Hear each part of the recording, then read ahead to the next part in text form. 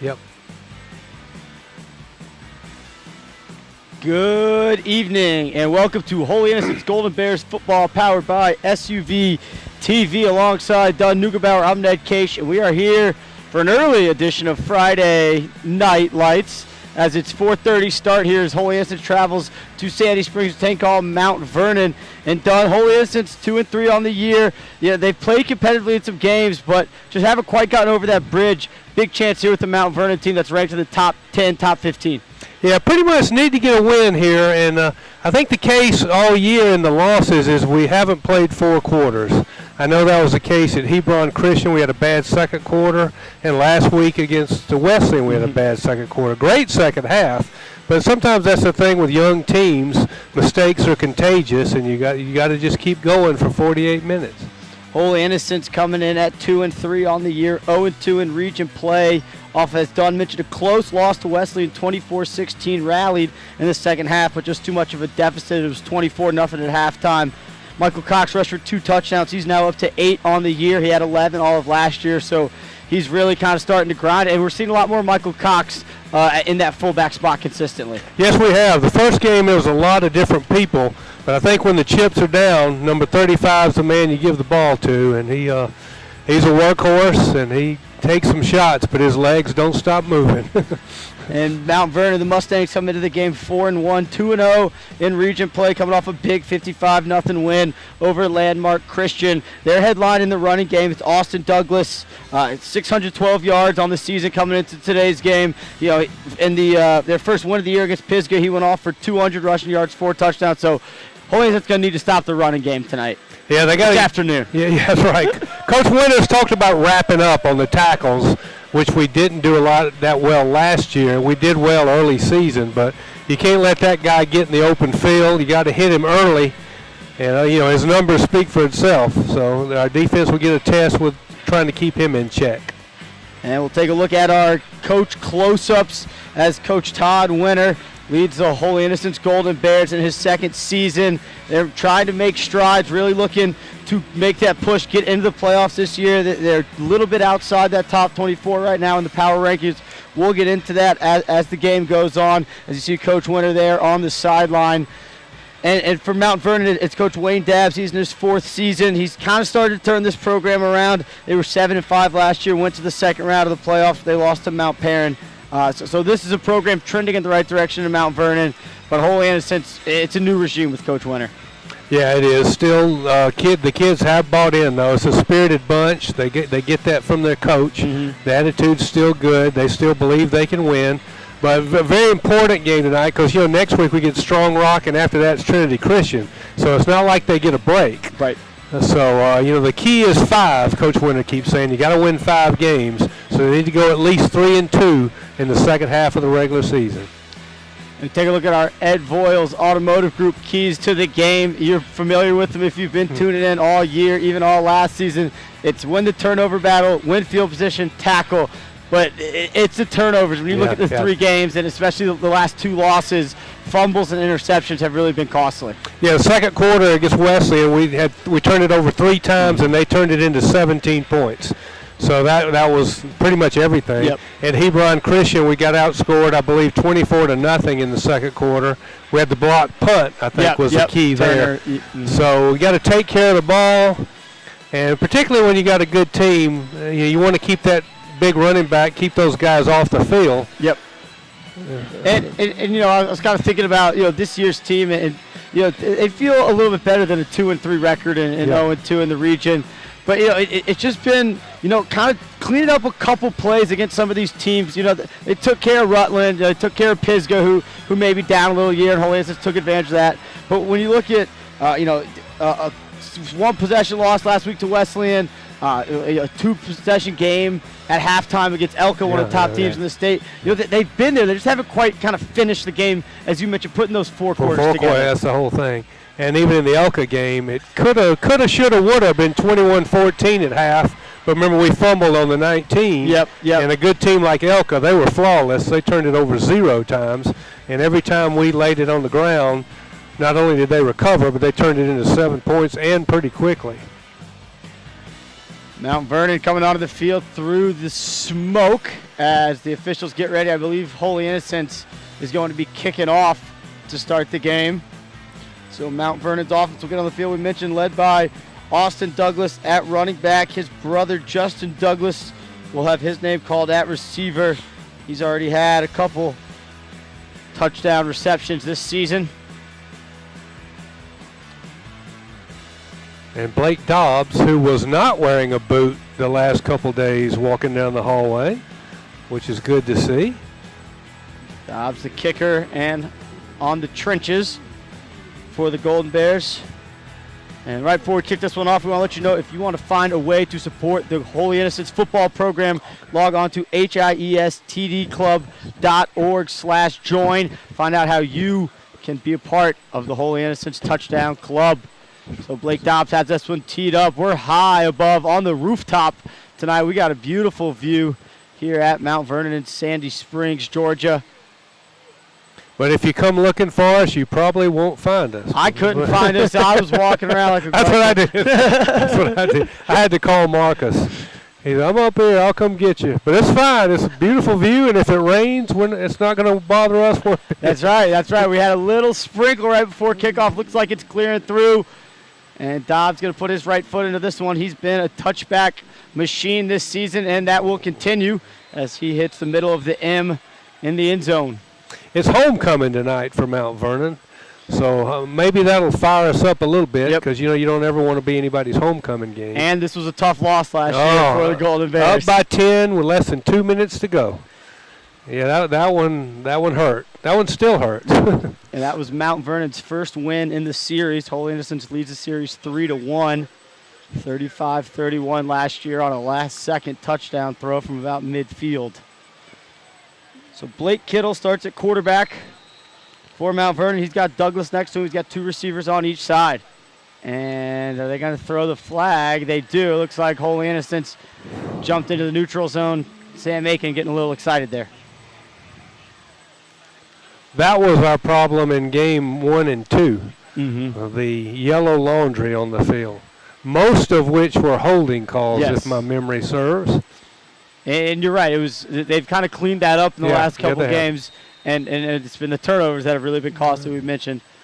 But looking to change that and hopefully create some more turnovers from the defensive side of the ball.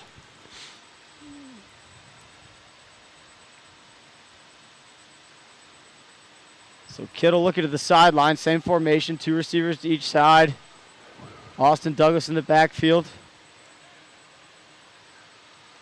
Kittle's going to throw. He wants the wheel route to Douglas. Douglas, it's caught, and Tyler Rowe takes him down at the 43-yard line, but a first down for Mount Vernon. So they find a different way to get Douglas the ball other than just through the run game. Yeah. Trying to loosen up our defense. Perhaps we can do that using Landon Cardian. Yep. Our big 6'4" receiver, loosen it up for Michael Cox. And whoever else Todd Winter runs out there, he's got a lot of backs. So Mount Vernon lined up right now with four receivers here to the near side. One to the top of the screen, Kittle in the shotgun. Justin Douglas in motion. Now they're going to have all five receivers on one side. It's going to be a little screen. Spencer Getz with a nice deflection. And now they're going to call it an incomplete pass. Nice job of Getz kind of recognizing the play design there. Yeah, that was... wild formation there. You got looked like a flag football game. Yeah, I know I exactly. kept saying that week 1 or 2, but you got 4 wideouts to one side and not that many people in the box. Yep. So 2nd and 10 after Getz gets his big pause on that quick screen attempt. And they want to go deep wheel route, and not really a wheel route, more of an out and up. That pass was intended for number 6, Andrew Douglas. So we've got Andrew Douglas, Austin Douglas, and Justin Douglas. Good luck with that. Although I guess if I go Douglas, I'm going to have a pretty good percentage. That's right. It's like being a sports writer. You just call everybody coach, Yep. and you just start talking to the one that turns. So Blake Kittle in at quarterback, 9 of 11, 181 yards and 4 touchdowns in their big win over Landmark last week. And he's going to drop back to throw again. Hit as he throws. Stepping in front, Jack Felton. And almost intercepted. Almost intercepted. It looked like Jack Felton had it. Will Mitchum ripped that ball out of Felton's hand at the last second, and it'll bring up a punt situation for Mount Vernon. So nice defensive stand there after the first down on the 1st and 5. Give Jack Felton a little grit award after taking that shot last week, running in for the 2-point conversion. I don't think he missed a day of practice. Yep. And they took everything and the trainers had to keep him out of the rest of that game. I know. He was staggering back out onto the field after they got him up. And nice pressure there on that throw. On that 3rd down on the backside. Didn't see who it was, but it looked like one of the defensive linemen got in there and got a hit on Kittle. Nice punt as it's going to take a nice Mount Vernon roll down to the 13-yard line, and that's where Matt Davis will start the drive for the Holy Innocents offense. The junior quarterback comes into today's game with 3 touchdowns, 2 through the air, 1 on the ground, but he's really done a nice job, without kind of getting the recognition for this Holy Innocents offense. Yeah, he just quietly handles the ball, runs the option well, has had some pretty good runs this year. Just kind of hasn't gotten into the end zone, but definitely set him up. So they'll start with 2 receivers. It's Cardian and Ronnie Williams in the slot. Cox behind Davis. And now the official's going to have a conversation with Matt Davis. Everything squared away. Not sure what that was, but we'll get ready to start the opening drive. So that possession only took a minute off the clock as Mount Vernon threw on every play. Felton comes in motion, give up the middle to Cox, and he bullies his way forward for about 4 yards, gets across the 15-yard line to the 16.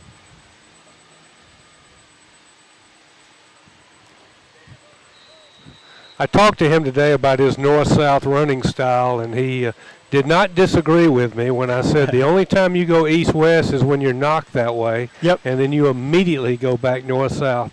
And he just started laughing, so I guess I was right because he didn't correct me in any way. And it's been effective this year. 8 touchdowns through 5 games on the ground. 4 of them in 1 quarter, correct? Against Rutland, I believe. Handoff to Cox again, lowers the shoulder, picks up a few more, brings up a manageable 3rd down.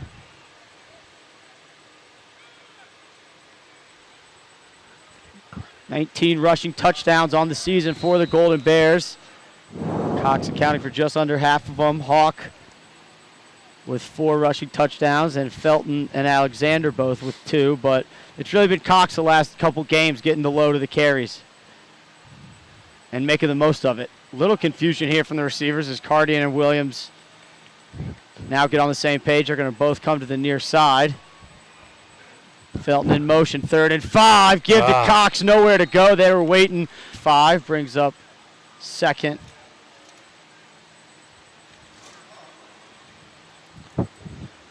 Mount Vernon not going to huddle much. Check the sideline every time. As Dunn mentioned, a little bit of that flag football. Coach Winter talked about how a lot of these teams in the region spread it out. Part of the reason they flipped to that 4-2-5 defense. And we'll even see a little bit of change of personnel on defenses.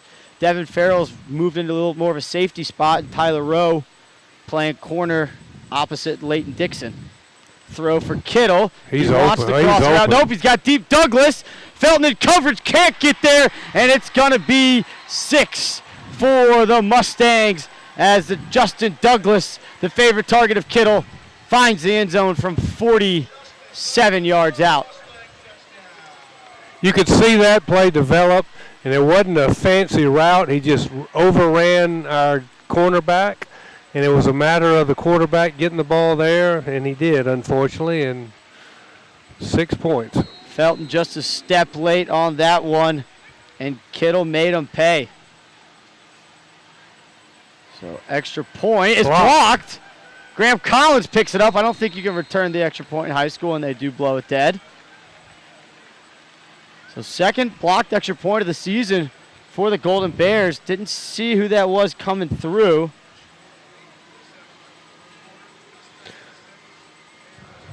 But 6-0 nonetheless, as Mount Vernon's quick strike offense shows there on the 2nd play of the drive.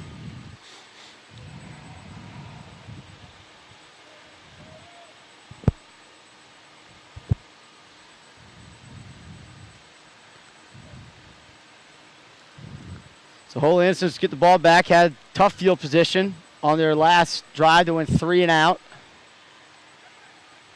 3 and out all up the middle. Let's see if he tries to right. find the edge here and try to loosen some things up with the defense. Got some speed out there. And seeing, looks like Coach Winters, not changing too much, tinkered a little bit as Barton's back deep with Alexander, although they're both standing around the area where they expect a touchback. Sam Barton had a great kick return in the JV game. And he's had a couple in the varsity, too. Yep. He's got the speed. He's got the speed, exactly. He's got the speed. Only a he's a sophomore. That's correct. So Will Lavender will boot this one off. It is going to be a short kick. Alexander's going to field at the 18-yard line. And it's going to be nice starting field position here for Holy Innocents as Alexander crosses across the 35-yard line around the 36-37. Good starting field position for the Bears on drive number 2.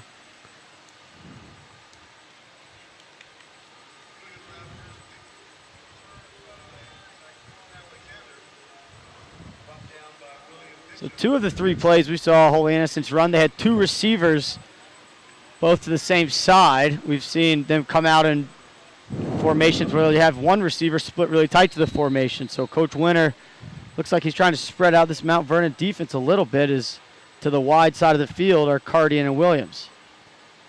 Davis keeps, has a little bit of a hole, picks up a few on the keep.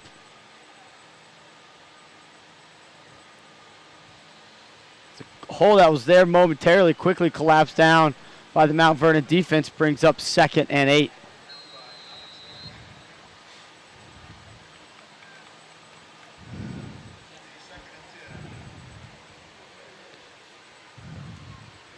Felton and Vinchelette, the backs. Davis keeps, pitches now to Felton. Felton's got some room on the sideline, stays in bounds, lowers the shoulder and finishes the run. Should have a first down. Let's see where the official spots him, right near the 45, which is what they need. Yeah, that would do it if they got him on the 45.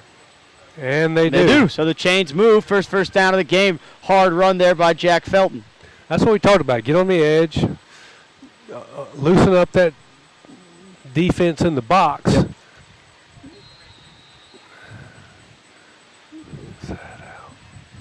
So Williams and Cardian again, the receivers here to the near side. They're going to have single coverage.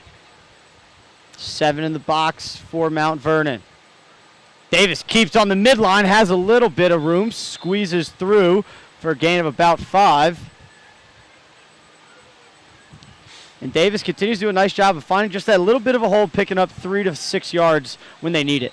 Yeah, he's got quick feet. He hits the hole pretty fast. He kind of has to because the holes are closing pretty quick. But he's gotten through there a couple times. 5-yard gain. And he's done a nice job, reading this triple option offense throughout the year. Coach Winter said early in the season he was almost 100% on his reads through game 1, if not 100%. So he's had a feel for it as he gives to Cox there. And Cox is going to have close to first down yardage.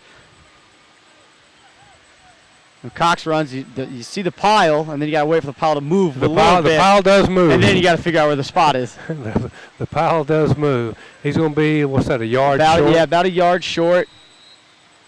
So 3rd and 1, ball in Mount Vernon territory for the first time today for the Golden Bears offense.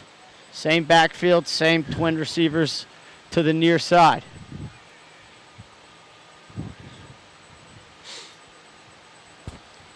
Davis checks with Coach Winter.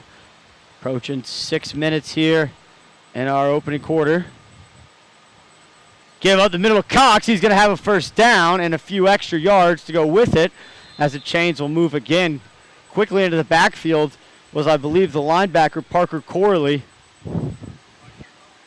With a seamless handoff, picked up the first down. Now, what Mount Vernon's defense has done well so far is they're hitting Cox early before those big legs get to churning. He's still strong enough to turn it into a 3 or 4 yard gain. Their linebackers are tight to the formation, about 3 yards off. Handoff, pitch out wide to Felton. Handles it and cut up from underneath. Nice play on the wide side of the field. Trying to get a number on that, 38 or 39, I believe. Nice handle there by Felton on a little bit of a low pitch, though. But it brings up a 2nd and 11.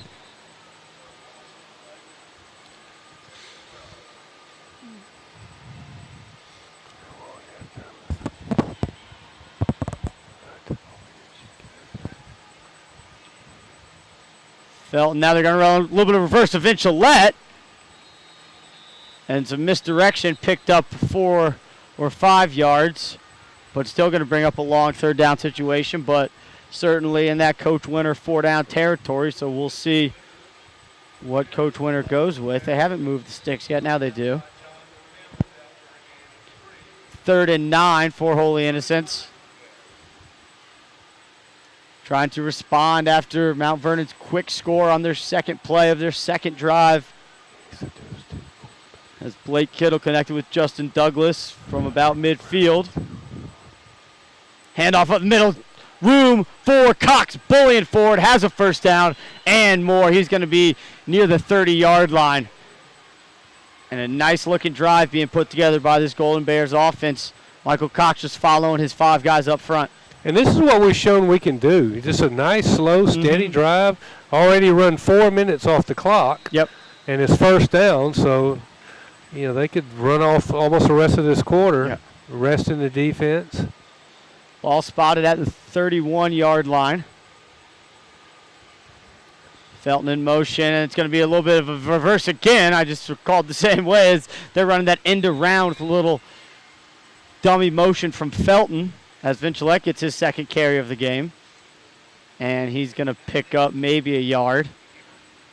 So well diagnosed by the Mount Vernon defense.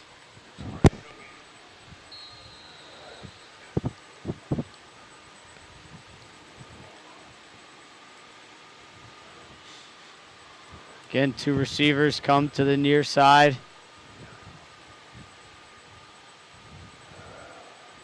Give to Cox, not a lot of room.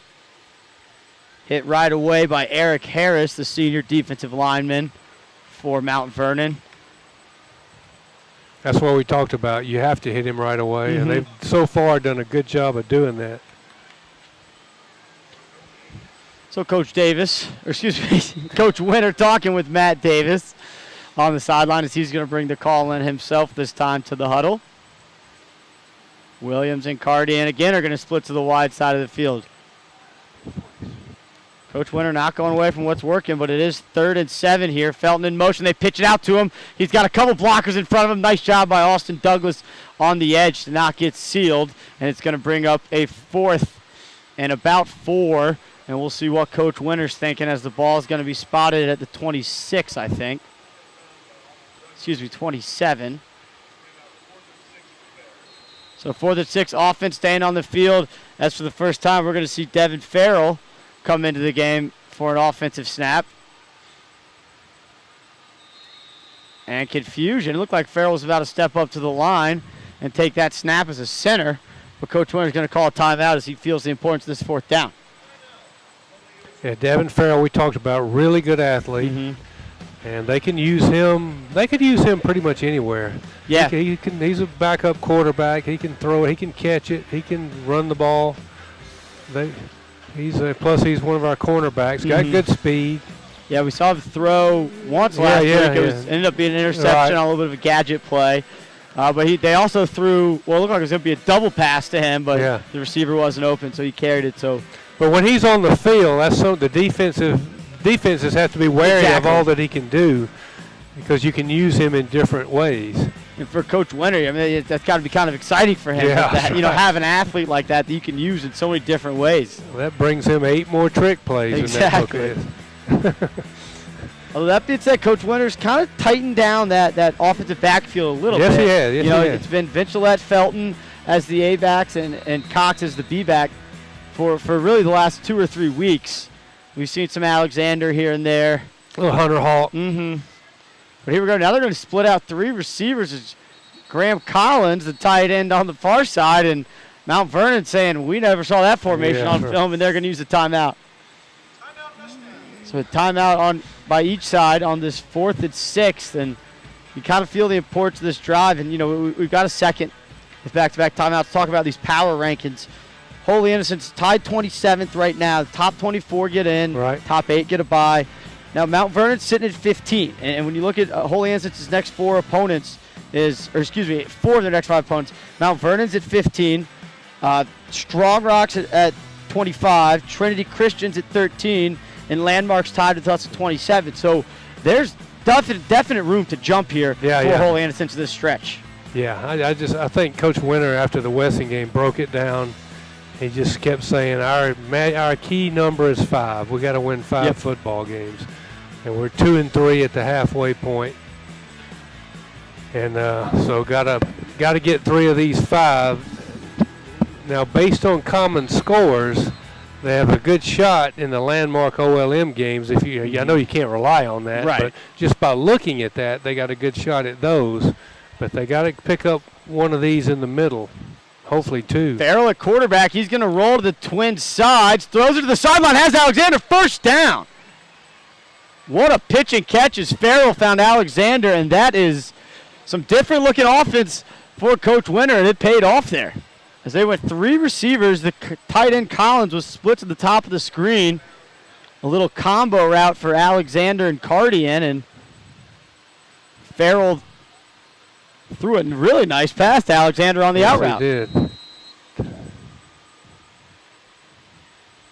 So ball in the 19. First and 10 for this Golden Bears offense. Big 4th down pickup there to keep this drive alive as we approach 3 minutes. Give to Cox. No, pitch out wide to Alexander. Can he get his speed? He shows his speed. He's going to get to the pylon. No, he's not. He's going to get dragged down.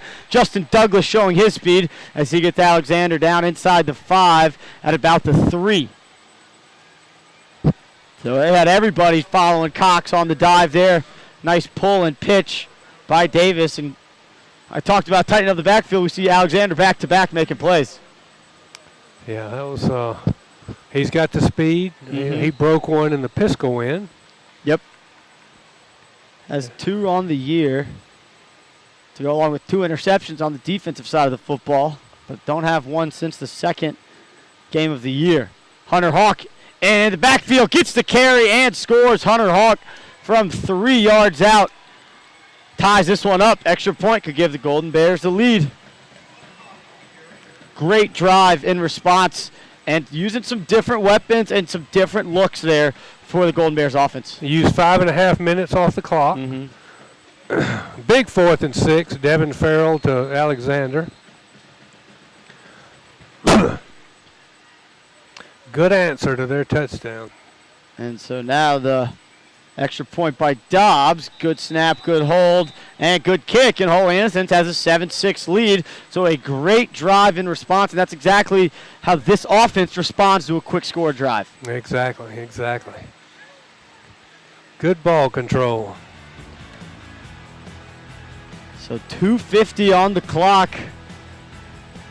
Holy Innocents will give it back to Mount Vernon for their 3rd possession of the game as Austin Douglas is getting his shoe tied by his classmate Parker Corley. Now you gotta enjoy this interesting track.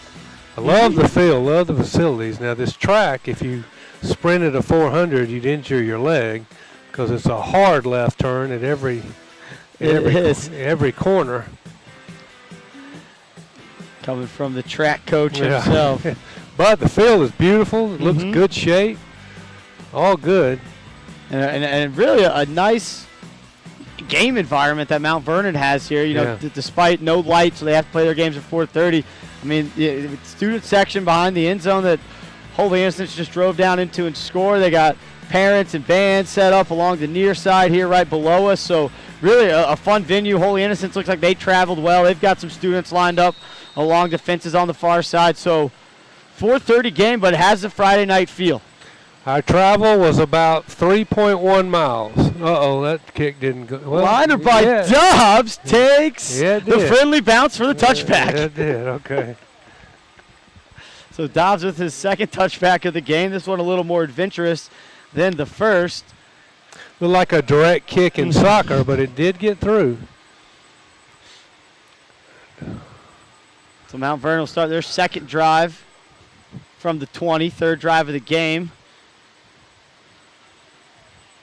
It's been a heavy pass game. We've seen Douglas on one sweep, picked up about 5 yards. Otherwise, heavy pass, and they stay in that same formation with twin receivers to each side.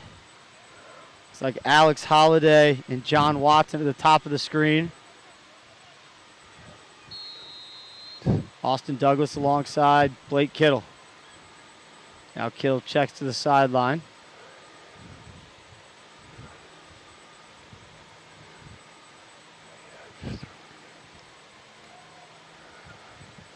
Douglas in motion to the far side, and they're going to throw a quick screen out to, looks like that was Watson on the far side. He's going to have close to first down yardage, depending on where he stepped out. And they're going to have him maybe just about a half yard short.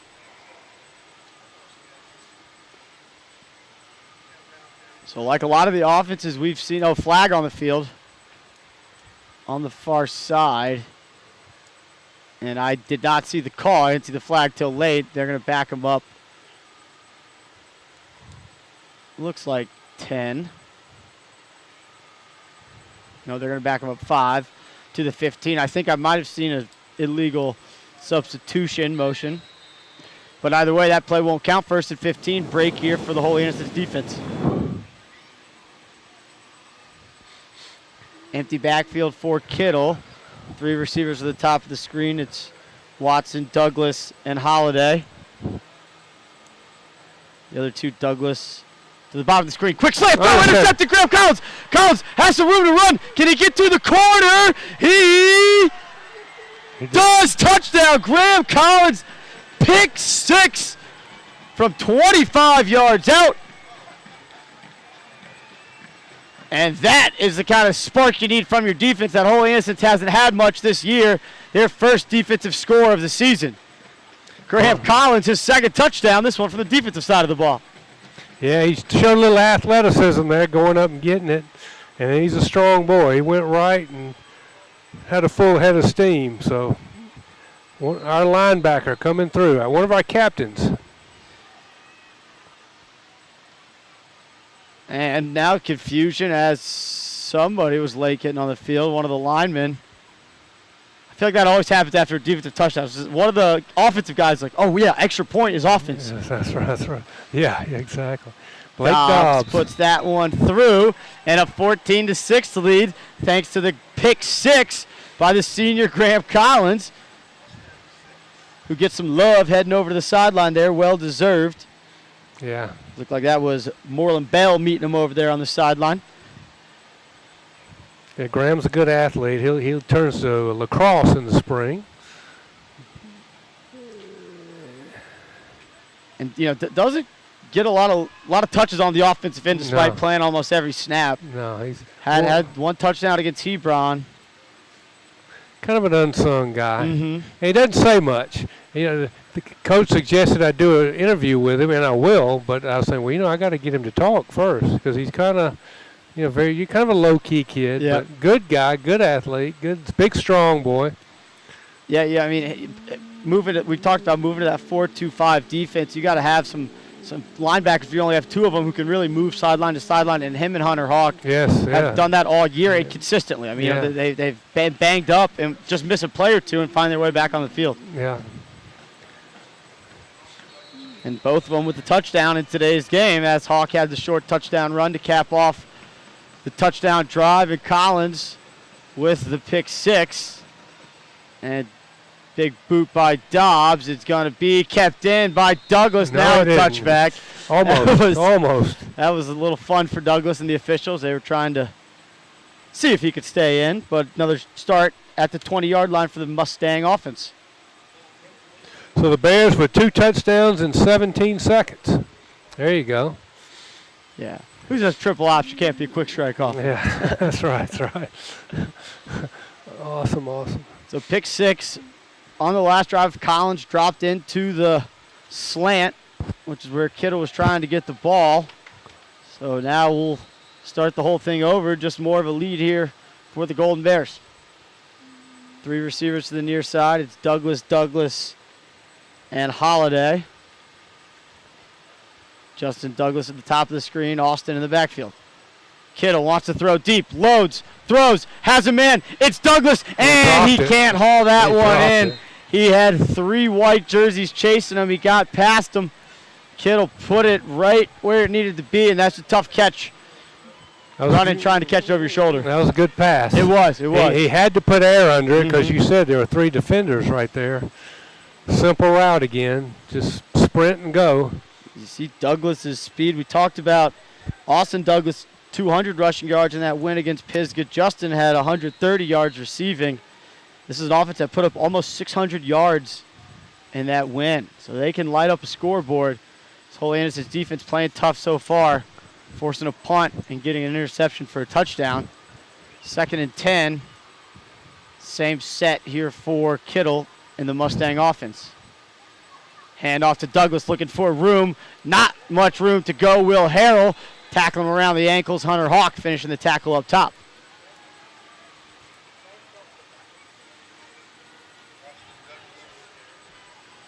No gain on the play. Brings up 3rd and 10. As Coach Winter gets animated, he might feel the importance of this 3rd down. If you can force a punt here, really see some momentum as we're under 2 in our opening quarter.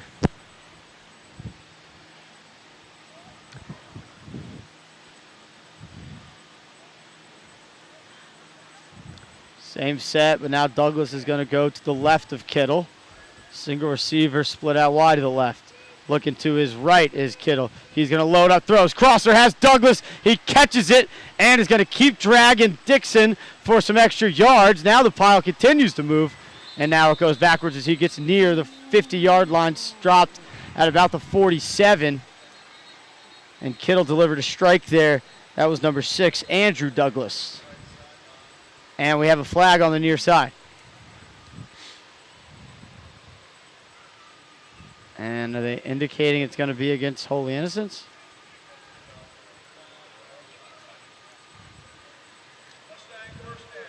It's going to be a sideline warning, I believe, on Holy Innocents. Although I think it was dropped on the near side, so that one may be on Mount Vernon. But since it's the first of the game, it's just a warning. No yardage enforced. So that play will stand. Big 3rd down pickup there for the Mustang offense. I got one of those for us last year. I was trying to see what yard line the ball carrier was on. The ref threw a flag at me. I did apologize profusely to Coach Winter the next day, or the Monday anyway. Direct snap to Justin Douglas, and Hunter Hawk wraps him up for a tackle for loss. It'll bring up 2nd and long for the Mustang offense. So Kittle will come back in the game after the direct snap to Douglas.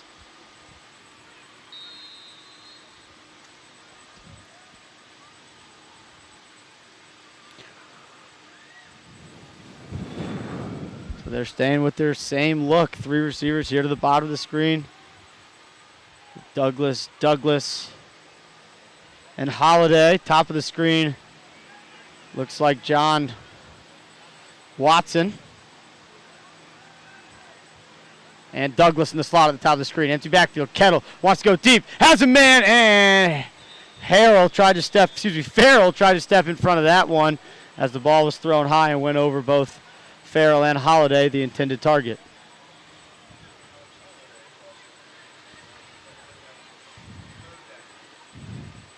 It's like our quarterbacks will be tested all day. It reminded me of the Hebron Christian game where their quarterback kept us busy. A little different, though. You know, I can't remember. Gaither, maybe the name of that Hebron quarterback. He was 6'1", 6'2". Kittle a lot smaller. He's only about 5'8", but he can really throw the football as he wants to throw it deep to Watson. Has Watson and hauled in at the 11-yard line. Tyler Rowe in coverage, a step late, and a big-time bomb there.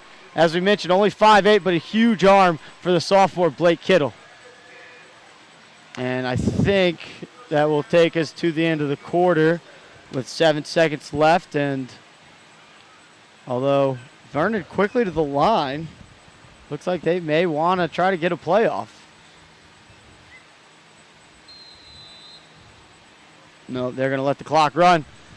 So after 12 minutes a long first quarter, but that's due to a lot of scoring, as Holy Innocents has 2 of the 3 touchdowns and leads Mount Vernon 14-6 on the road here in Sandy Springs. We'll be back here on SUV TV's coverage of Holy Innocents Golden Bears football right after this.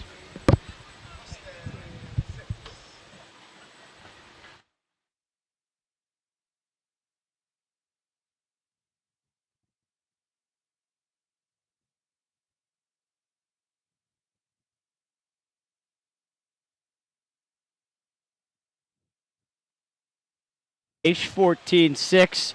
The Golden Bears lead after the first quarter. Mount Vernon inside the red zone at the 11-yard line, looking to score again and done. I mean, it was really 3 long passes that were the story of the first half for the Mount Vernon offense.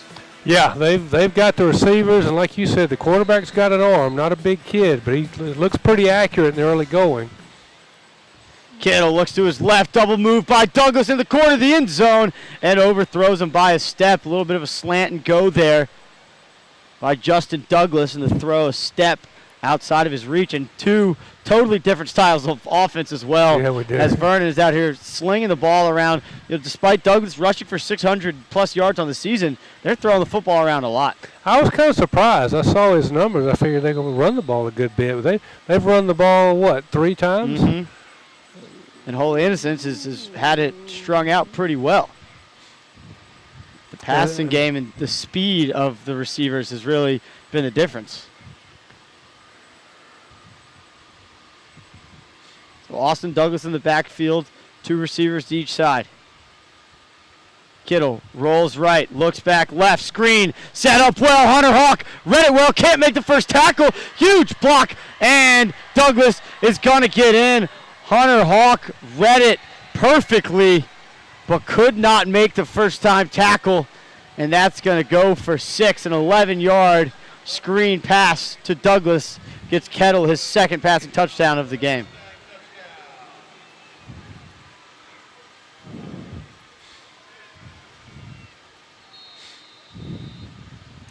So the extra point attempted by Will Lavender. His first one was blocked. Low snap, handled, and I think he pushed that one wide, and he did. So Lavender puts that one wide right, so 2 touchdowns with 2 missed extra points for Mount Vernon. Holy Innocents still leads 14-10.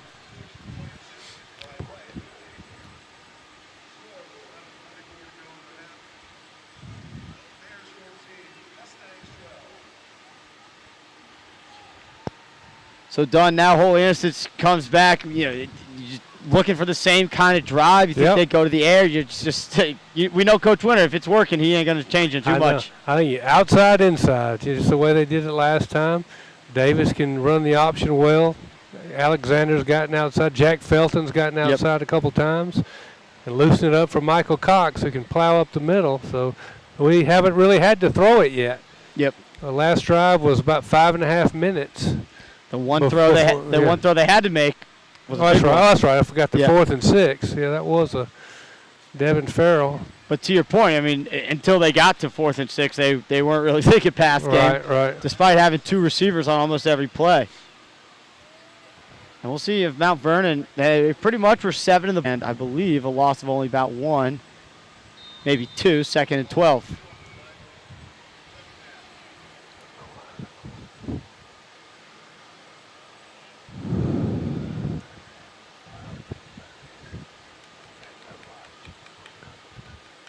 So 2 receivers here to the bottom of the screen. And they're going to roll into tight coverage. Now they're going to drop off as Douglas and Watson are the corners here on the near side. And I think we're going to have a delay of game. That looks like where the flag came in from. And it will be. So a pitch behind led to a loss of 2. Now a penalty for a delay of game. It's going to be 2nd and 17 in the blink of an eye for Holy Innocents looking to respond. Yeah, going the wrong way early. Okay. And now they're going to bring Devin Farrell in at quarterback again. So we'll see what they do with him. If they look to throw or run and maybe get Vernon to think throw. He threw for a big first down on his last play under center. Felton in motion. They're just going to run the triple give to Cox. And nowhere to go, waiting for him there was 58, Eric Harris. So a 3rd and long. Farrell's going to stay in at quarterback. I think that's a good move because it's really going to keep the defense honest. Nothing against Davis at all. Right. He does fine. But it adds an extra threat, I think, because, you saw the 4th and 6. And that's your thought. The first time he came into the game, he rolled out and threw a pass. Yeah, so now the defense is like, okay, and he's going to throw it. He's going to roll again. Now he's going to look to throw. Flag comes down, making something happen, but taken down after a short gain. Block in the back, holding the area of the flag.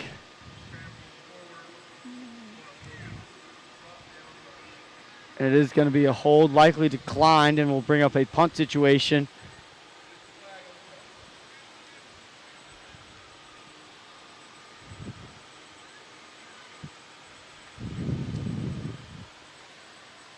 I think they're going to decline it unless they want to try to get even more field position.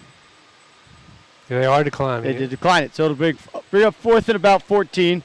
So punt situation, Marshall Nichols will try it on the field for the 2nd time this afternoon, early evening, as we approach 5:15. Again, 4:30 start. It's just too easy to say tonight. I know. It's just too years of habit.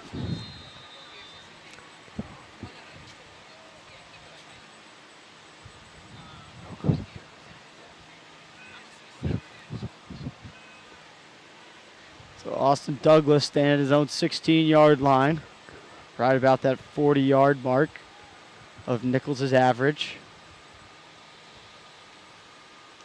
Nichols, this one a little bit short. Douglas is going to field at the 22, makes the first man miss, trying to come to the near side. That's going to be a block in the back, and Douglas is going to be tripped up at the 50, but it's going to come back, as I believe that was Moreland Bell who got blocked in the back, 46 in white.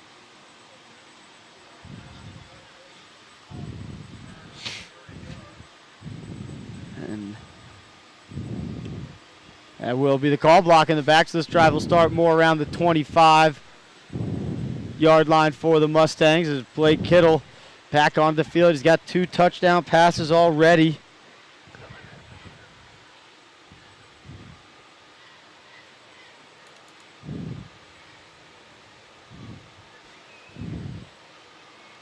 The Mount Vernon team 4-1 on the year. Their lone loss of the season, the opener, 55-27 to Prince Avenue Christian, who's a top 3 or top 5 team in Class A private. So they've been tested and picked up some big wins. Had a 13-12 win over Trinity Christian. Win against Pisgah. We mentioned the big 55-0 win over Landmark last week. 2-0 in the region, but trailing by 2 here at home to Holy Innocents. 3 receivers at the top of the screen. Leighton Dixon rolls up in press coverage at the top. They're going to hand it Douglas coming to the near side. Hall O'Neill couldn't quite bring him down, and Graham Collins will finish the tackle, pushing him out of bounds near the 30-yard line.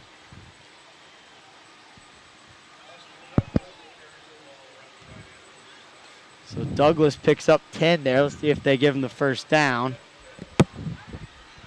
And they will change move on the Douglas carry.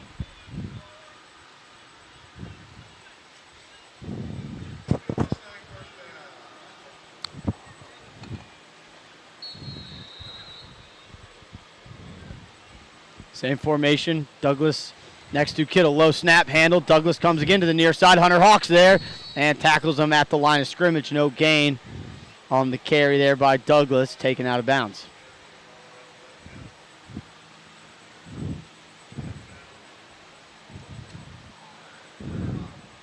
I may be wrong, but we could be flirting with dark here tonight. You got a throwing team, you got no lights, you got homecoming, so it's a long halftime. It's a slow game because of the scoring and the throwing. There's been penalties, and so just a thought. I believe it's about a 7:20 sunset tonight. Yeah, that's what I'm saying. We'll see. I don't know. Just something that popped in my head. Quick throw. Felton tried to undercut it, and it was too high for the intended target, Alex Holliday. Holy Innocents showed a little bit of a 3-3-5 there. When Mount Vernon went empty formation, Will Harrell dropped from defensive end into a linebacker spot. So a different look there for the Bears defense that Mount Vernon will have to take into consideration. Now Cox will come in for Harrell at that defensive end spot. Trip receivers to the top of the screen. Kettle's going to roll that way. Bobble snap. Gets in his face. Quick screen set up the other way. And Hunter Hawk read it well. Took on 2 or 3 blockers and made the tackle on Douglas on a crucial 3rd down. That was a good play right there. It looks like if he goes the other way, he may have a... So a huge play, and it brings up 4th and 5 in a punt situation, you would think, but we'll see if there's any trickeration here.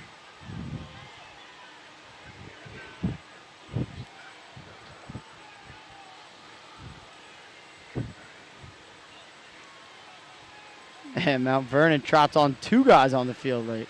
Now they take 1 guy off, and they use a timeout. So confusion there by Mount Vernon. They're going to have to use a timeout on special teams. And while they take a break, we'll let you guys know about how you can get involved with the Holy Innocents Touchdown Club. Visit hiestdclub.org/join. There you can find out how you can contribute, donate, whatever it may be to be a part of this football program. Again, programs go beyond the players and the coaches.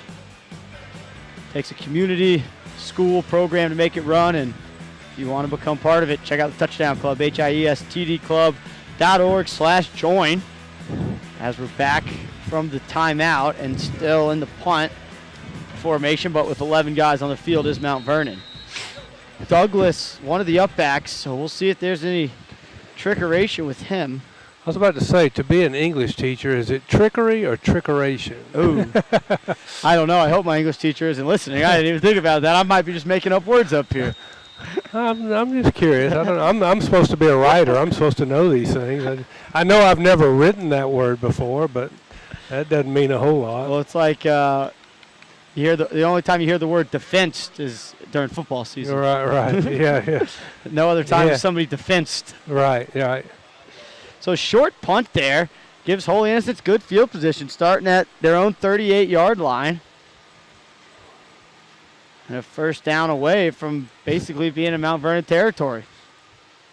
Davis back in at quarterback. Farrell took the last 2 snaps before Nichols came on to punt.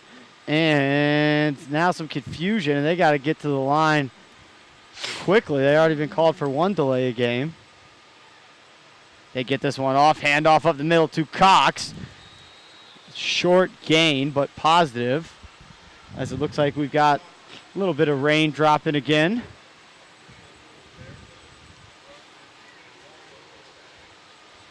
We're covered up here on top of the roof here at Mount Vernon Presbyterian School.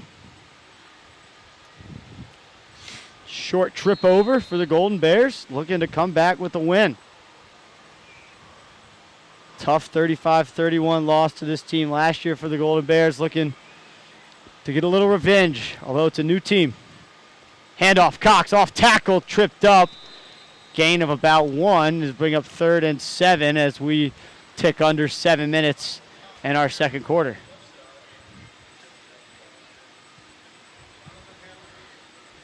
Cardian and Alexander come in. Williams and Felton head to the sideline. 3rd and 7. Graham Collins, the tight end, here at the bottom of the screen. Alexander lines up behind him. Cardian split out to the same side. Alexander in motion. They're going to pitch it out to him. There's a lot of blue jerseys out there. They strung that out well. Justin Douglas was there getting help from a host of other Mustangs. Looked like Parker Corley, number 3, was in there as well for the Mount Vernon defense. So punt situation, Marshall Nichols trots back on the field, and this game slowed down a little bit here in the 2nd quarter.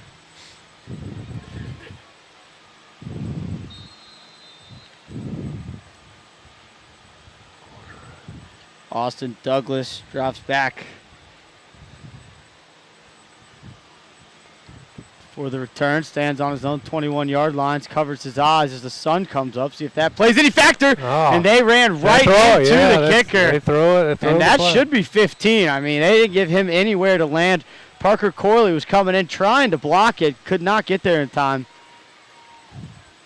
That was an obvious roughing. There was no doubt about it. And Marshall Nichols just trots off the field.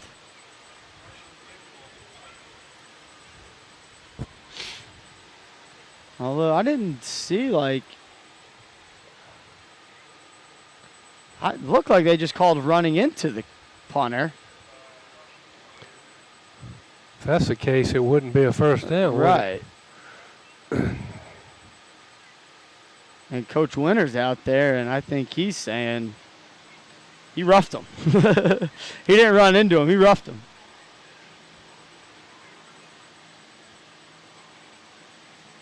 So they still didn't make the personal foul indication.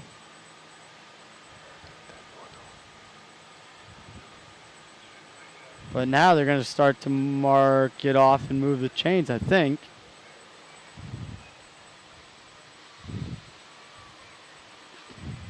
Still waiting for the officials to move the football. The offense is back on the field for Holy Innocents. We'll see if they move. They do it. They only move it 5 yards, so it's only a running into.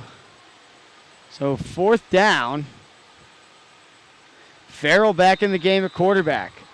Cox behind him, Vincilette, and maybe Barton, the A-backs. They might have drew him off.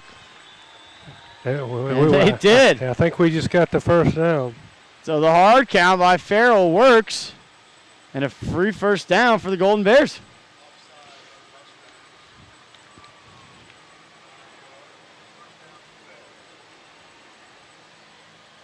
So that's one way to do it. Get the running into the punter for 5 yards, offsides for another 5, and get a first down when you had 4th and 10.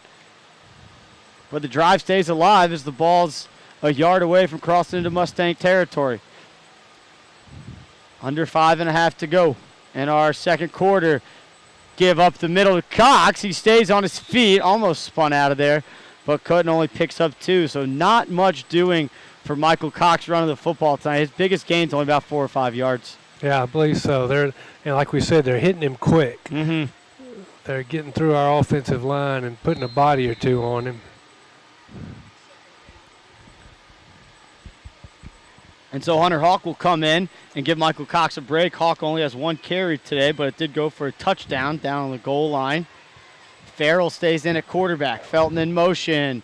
Give up the middle to Hawk. He barrels forward. He didn't have the ball. They're going to say he was down by contact. Little nerve-wracking as he came up from the pile with no ball. But there's just a little bit of change in pace in that B-back spot, and it picks up 4 yards. Yeah. Hunter Hawk can run the ball. He's a name we call out on both sides of the field. And now the sticks move. I was about to say. So 3rd and 3. We approach 4 minutes in the half. Farrell stays in at quarterback. And met right at the mesh point is Hunter Hawk. Parker Corley read that one perfectly and made a big-time tackle. He barely had time to hand that ball off. Yep, they're lucky there wasn't a fumble. Their defensive line is getting a big push on our front 4 right now. So that's going to bring up a 4th and 3. Farrell stays in at quarterback. Cox back in at the B-back spot. Alexander in for Felton. Williams and Cardi and the receivers here at the bottom of the screen. Big 4th down here as we close in on the end of the half. Pitch out to Alexander. He's got some room, has the first down. Nice job tiptoeing on the sideline and got the yards he needed and 1 extra to pick up the first down. Alexander's speed has been crucial today for the Golden Bears offense.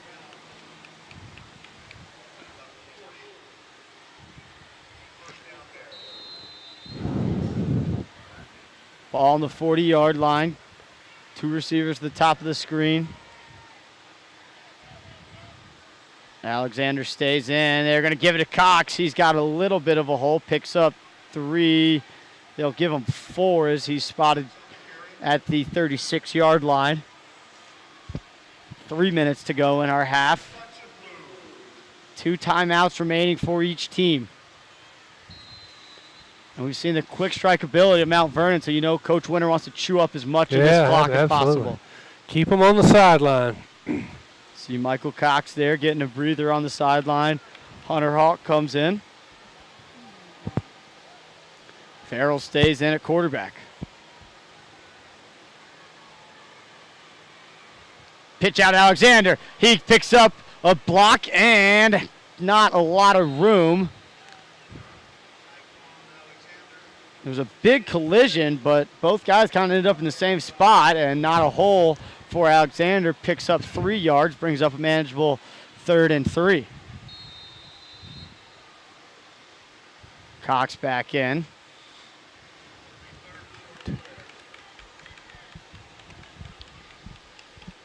Definite 2-down territory here, so I'd expect something conservative of either Cox up the middle or a pitch.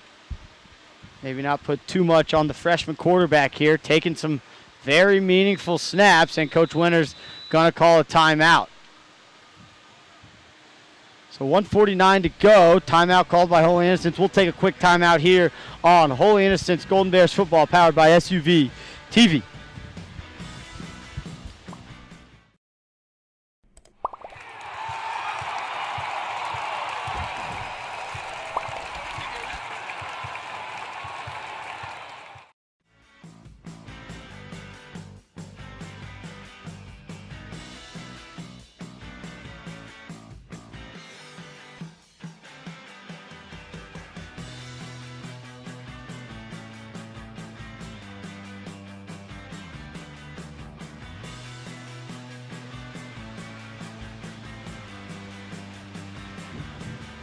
And we're back here on the campus of Mount Vernon Presbyterian School as the Mustangs trail Holy Innocents 14-12.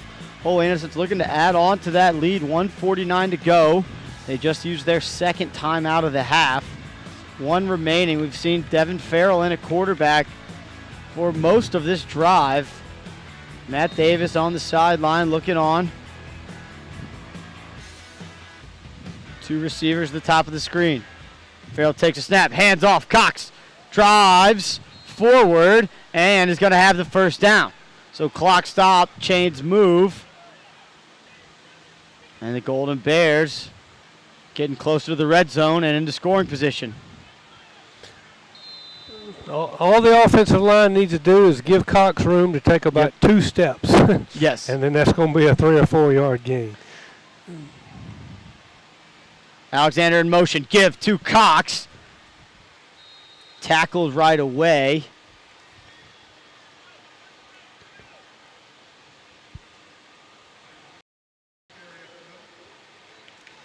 So 2nd and 8.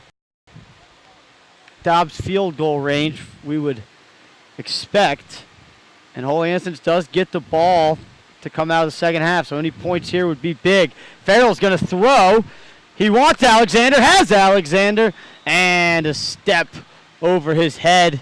I think if he put it a little more in front of him than behind him, but a little more air under it. Good coverage there by Douglas. It was good coverage. It was good coverage. He made him make a perfect throw, and he didn't quite do it.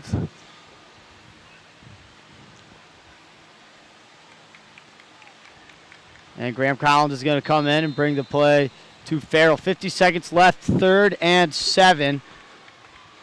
So interesting decision here. Is it 2 down? Is it pick up some yards, get in field goal range?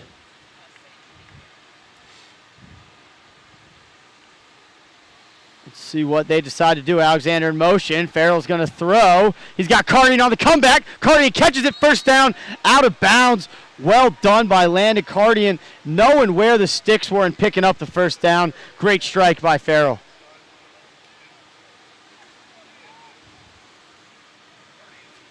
Good route, got out of bounds, stopped the clock. So Cardian, after missing the first 2 games of the year, has really made a big impact at receiver. He had a big 40-yard catch, I believe, in the Rutland win. Yep. And he's had some other important receptions, none bigger than that one right there, as gets the clock to stop, picks up a first down, and 15 yards from putting 6 more on the board is the offense. Farrell's going to keep looking for room, nowhere to go, jumping on the back. I think he was down. He was. Will Shane making the tackle just to make sure. But now the clock's winding with 30 seconds left, and Coach Winter only has 1 timeout left. Coach Winter motioning, let's get this thing moving. So probably this is likely the last play unless they throw it. I would throw it because of that. See, they pitch it out to Alexander. He's going to try to get to the edge. Oh. He's slung down. Great play there by Eric Harris. Coach Winter's going to call a timeout. And still within field goal range. It backs you up about 3 or 4 yards. But about a 36-yard attempt from where they've got him spotted.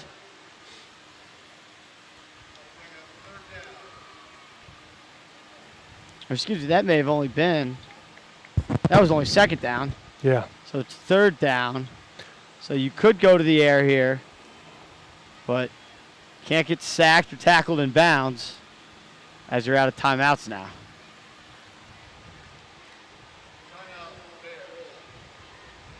But a very impressive half by the Bears thus far. Yeah, absolutely. Offense clicking on all cylinders, seeing 2 different quarterbacks. Farrell showing his ability to throw the football, and defensively standing tough. You know, gave it the 1 big long touchdown pass, but also created a touchdown from the defensive end of the ball. Yeah, Graham Collins with his pick 6. And it's like we talked about, got to put together 4 of these things, not just 2. And that's we want to finish here, like you said, get the ball to start the second half, and just finish the drill. So we'll see what Coach Winter has drawn up here as Farrell's under center. He's got a receiver to each side. Finchlet in motion, straight drop for Farrell. He cannot get tackled in bounds. Flag comes down for a face mask. Farrell has a first down. It's tackled. The clock is at 0. He's tackled at the 1, but there's going to be a face mask. So you half can't end on a defensive penalty, I believe Holy Innocents is going to get an untimed down. But I think, well, either way, let's see. It is a face mask. And we could see it as Farrell made a nice move. He looked like he was going to get sacked, got out of the pocket, and picked up 15 yards on that scramble. 17 yards as they had him marked at the 2.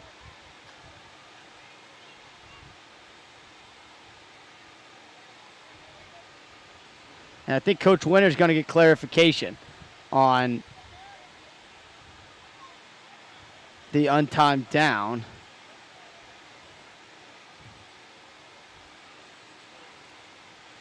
So the ball's spotted at the 1-yard line. So it was added to the end of the play. So the 17-yard run counted, plus the half the distance to the goal on the face mask, and the Holy Innocents fans, cheerleaders, parents, they're getting on their feet. They're making noise 1 yard out, and Mount Vernon is going to call a timeout. We got to make this half longer, so that's the way to do it. But no, this is big, though. Yes. This is huge. And I'm almost thinking they fake the inside run and get outside, but that's I'm just seeing Mount Vernon packed in the box. Of course, there's a timeout now, so they could come out with a different look. Alexander's speed has been impressive to the edge. And now, Michael Cox, I would argue, he hasn't broken a run, but everything's 2, 3, 4 yards. So if you can get that little bit of a push that you need. We also saw Hunter Hawk, just a little bit of a different runner in the goal line situation. You could sweep Farrell, and he could also throw it. Yes. So you got exactly, and now that's on Mount Vernon's mind. We've got to keep an extra guy out in pass coverage. Be really big if we could punch this in. Mm-hmm.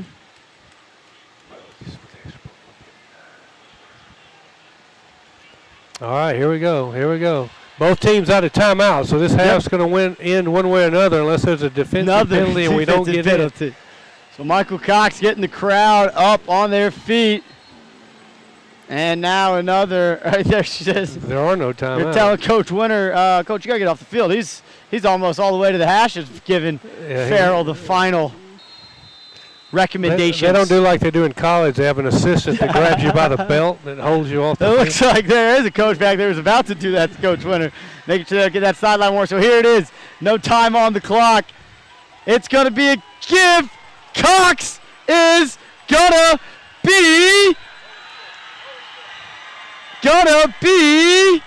What do they call it? They haven't signaled anything yet. They never blew the whistle until he was across the goal line. Oh, wow. And they're going to say he was stopped short. There was no whistle to stop his forward progress. That could end up being huge. It was stopped. So interesting. The officials could have blown the whistle and made it decisive that he was short. They decided to not blow the whistle. And he got in the end zone and they blew him dead short of the goal line. So the Holy Innocent staff not happy about the call. I don't blame them, but done a good half there. It just kind of leaves you wanting a little bit more. The good news, you get the ball back right away to start the second half. You got to do the same thing they just did, except finish it, which they might have did right then. Coach Winter's going to catch the referee before he goes anywhere. And I can tell by his, he's not asking him to dinner after the game, I can tell you that. But but it's here's a chance for this team to respond. You know, how you going to respond when something doesn't go your way? You still got the lead. Big chance for them to come back. It is homecoming here at Mount Vernon. So we'll see if halftime maybe goes a bit longer. They put 20 on the clock, and we'll plan to be back in 20 here on SUV TV's coverage of Holy Innocents Golden Bears football.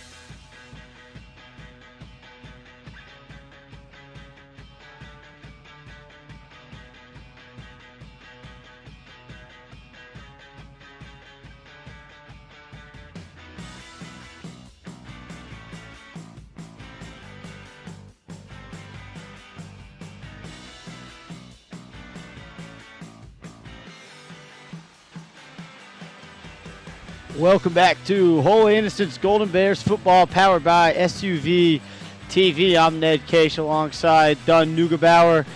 14-12 Holy Innocents leads at the half on the road here at Mount Vernon. Friday afternoon football, no lights here at Mount Vernon. And Dunn, obviously not, a little controversial into the half, but you got to put it behind you. You can't worry about that now. 20 minutes off, talk about what you got to change, go attack it. Holy Innocents gets the ball to start the second half here. That's big for them. I think they have to look at the fact that they played a good first 24 minutes, and they had some long time-consuming drives. Got a touchdown from their defense.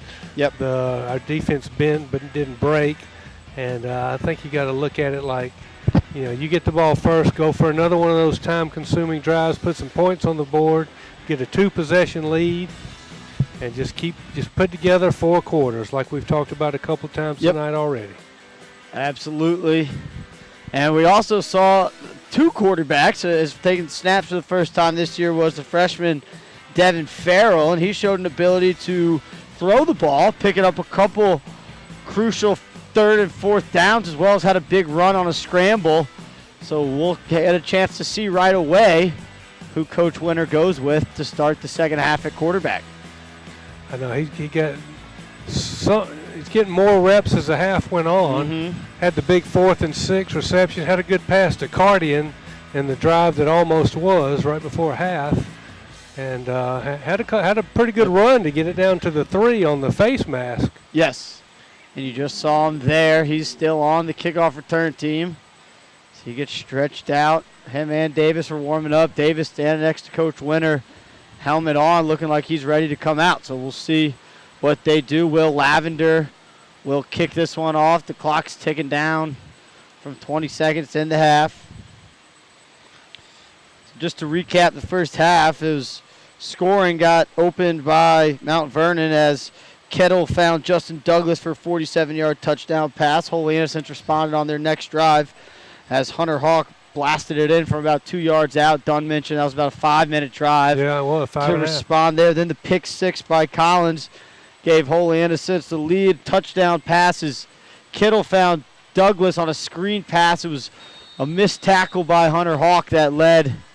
Outside kick to start. It's got to go 10. It does go 10. And I think Vernon got it. And they did. Well executed. Just a little dribbler to start the second half. Went just exactly the 10 yards they needed. And Mount Vernon will take over at the 50-yard line. So Coach Winter frustrated with the special teams, but Holy Innocents just has to dig in. A little more adversity. We talked about it at the end of the first half, not getting it in. Now you think you're going to get the football, got to go back on defense. Someone's got to make a play here for the guys in white.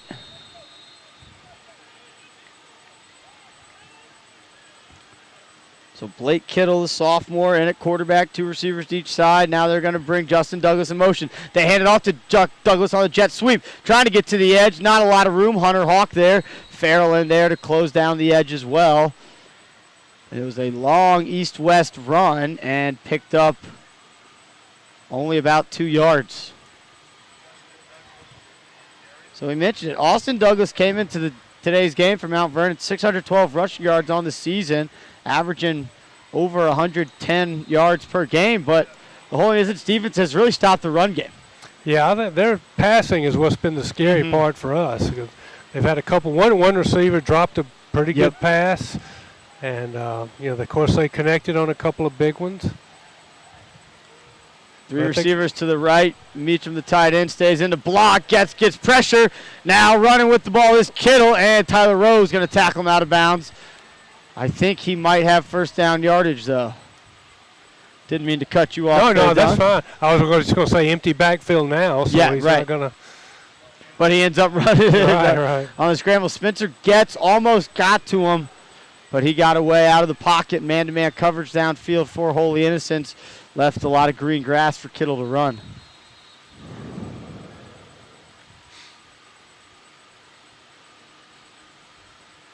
So Kittle checks the sideline. Both Austin and Justin in the backfield now. Justin Spreads out wide into the slot, almost like a running back, though. We'll see what they run out of this. Showing a bubble screen with a handoff to Austin Douglas, coming to the near side. Tyler Rowe there to set the edge. Will Harrell, first contact for Holy Innocents. Hunter Hawk, as usual, and on the tackle as well.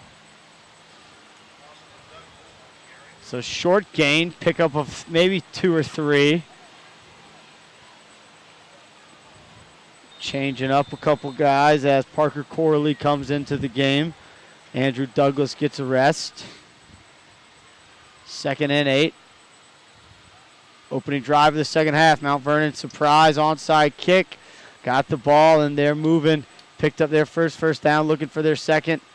They're inside the Bears' 40-yard line.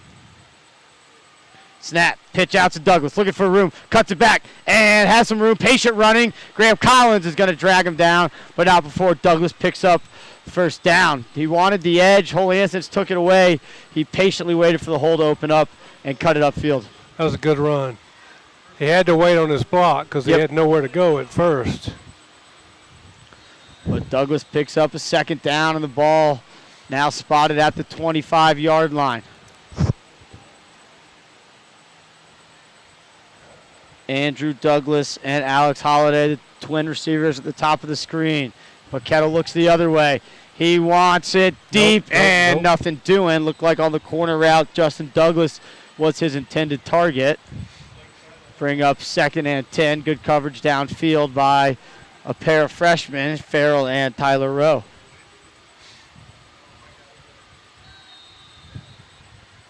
So you got 2 freshmen and a sophomore in your defensive backfield for Holy Innocents against a team that's slinging the ball around a lot.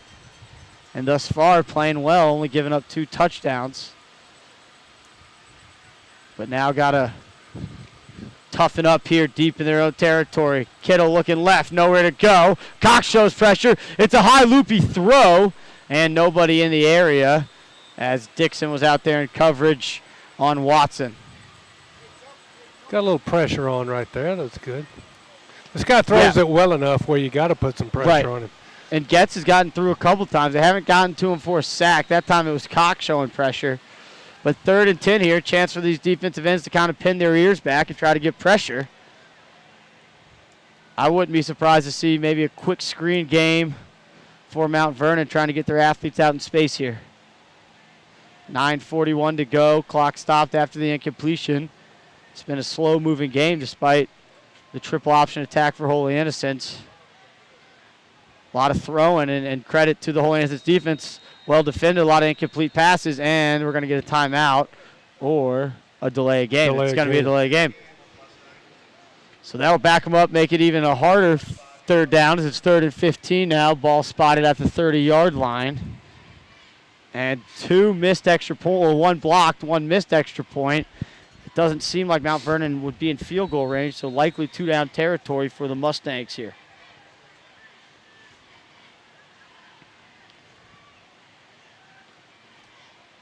They split out, 2 receivers to each side. Douglas to the right of Kittle. Now Douglas motions out to the right and gets motions out with him. They're trying, looking deep. Does he throw? And pass falls to the ground. Good pressure there. Looked like a combination of Michael Cox and couldn't get the other number on there. So it brings up 4th and 15. Offense stays on the field. Not a lot of second thought. Will Harrell checks in on the defensive line for the Golden Bears. The tight end Mitchum checks in. Holiday gets a breather here. They're going to go 3 receivers to the top of the screen. And looking to his left, loads up. Kittle deep, has a man caught in bounds. Great throw, great catch. I think he got the foot down he needed. He did. That was Andrew Douglas, covered by Bo Maxwell, but that ball, as they say, just dropped in a bucket right there. Maxwell in good coverage, had him pinned against the sideline, and that's just an impressive throw by the sophomore quarterback. That was a really good throw. So now the ball spotted at the 11-yard line, so they can still get a first down inside the 1. Kittle looking to the sideline. That was a 4th and 15. A huge snag by Andrew Douglas. Handoff to Austin Douglas. He's going to the right. Cuts back. Breaks one tackle. And Taquan Alexander's going to wrap him up around the ankles inside the 5. He might even have a first down.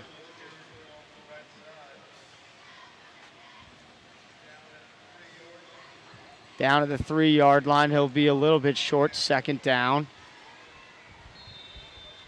Douglas has 1 receiving touchdown. That was on a screen pass down inside the 10-yard line.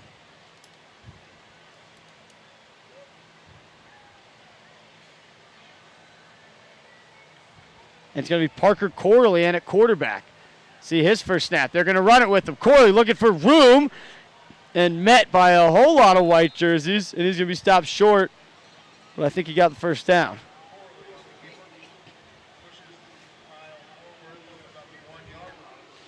I was going to say, if that pile moved into the end zone. I was thinking that too. So wait a minute. We had that down here about 20 minutes ago. So he did not get the first down. So 3rd and short here. Let's see if this Golden Bears defense can get a loss on this play and bring up a 4th down situation. Corley's going to stay in at quarterback. We saw Justin Douglas take a direct snap around midfield earlier. Now Corley's taking his 2nd goal line snap. This time he's going to hand it to Douglas. Douglas looking for room. And he's short of the goal line.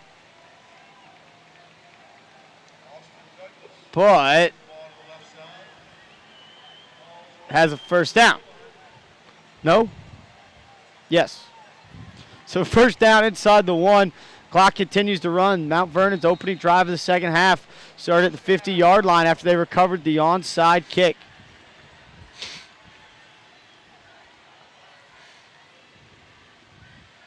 So Corley again stays in at quarterback. Douglas in the backfield with him. Golden Bears defense trying to stand tough again on the goal line, but it's 1st and goal from inside the 1. Corley keeps and crosses. No. Short. Short. Another big stand by the defense. Now a 5-minute drive here, and a flag comes in. This is going to be a big flag. Yes, it is. It sure is. Mount Vernon indicating it's on Holy Innocents, and it looks like it is. So it's not as big if it's on Holy Innocents, except for it goes from 2nd down back to 1st down. Right. And the ball moves forward maybe half an inch.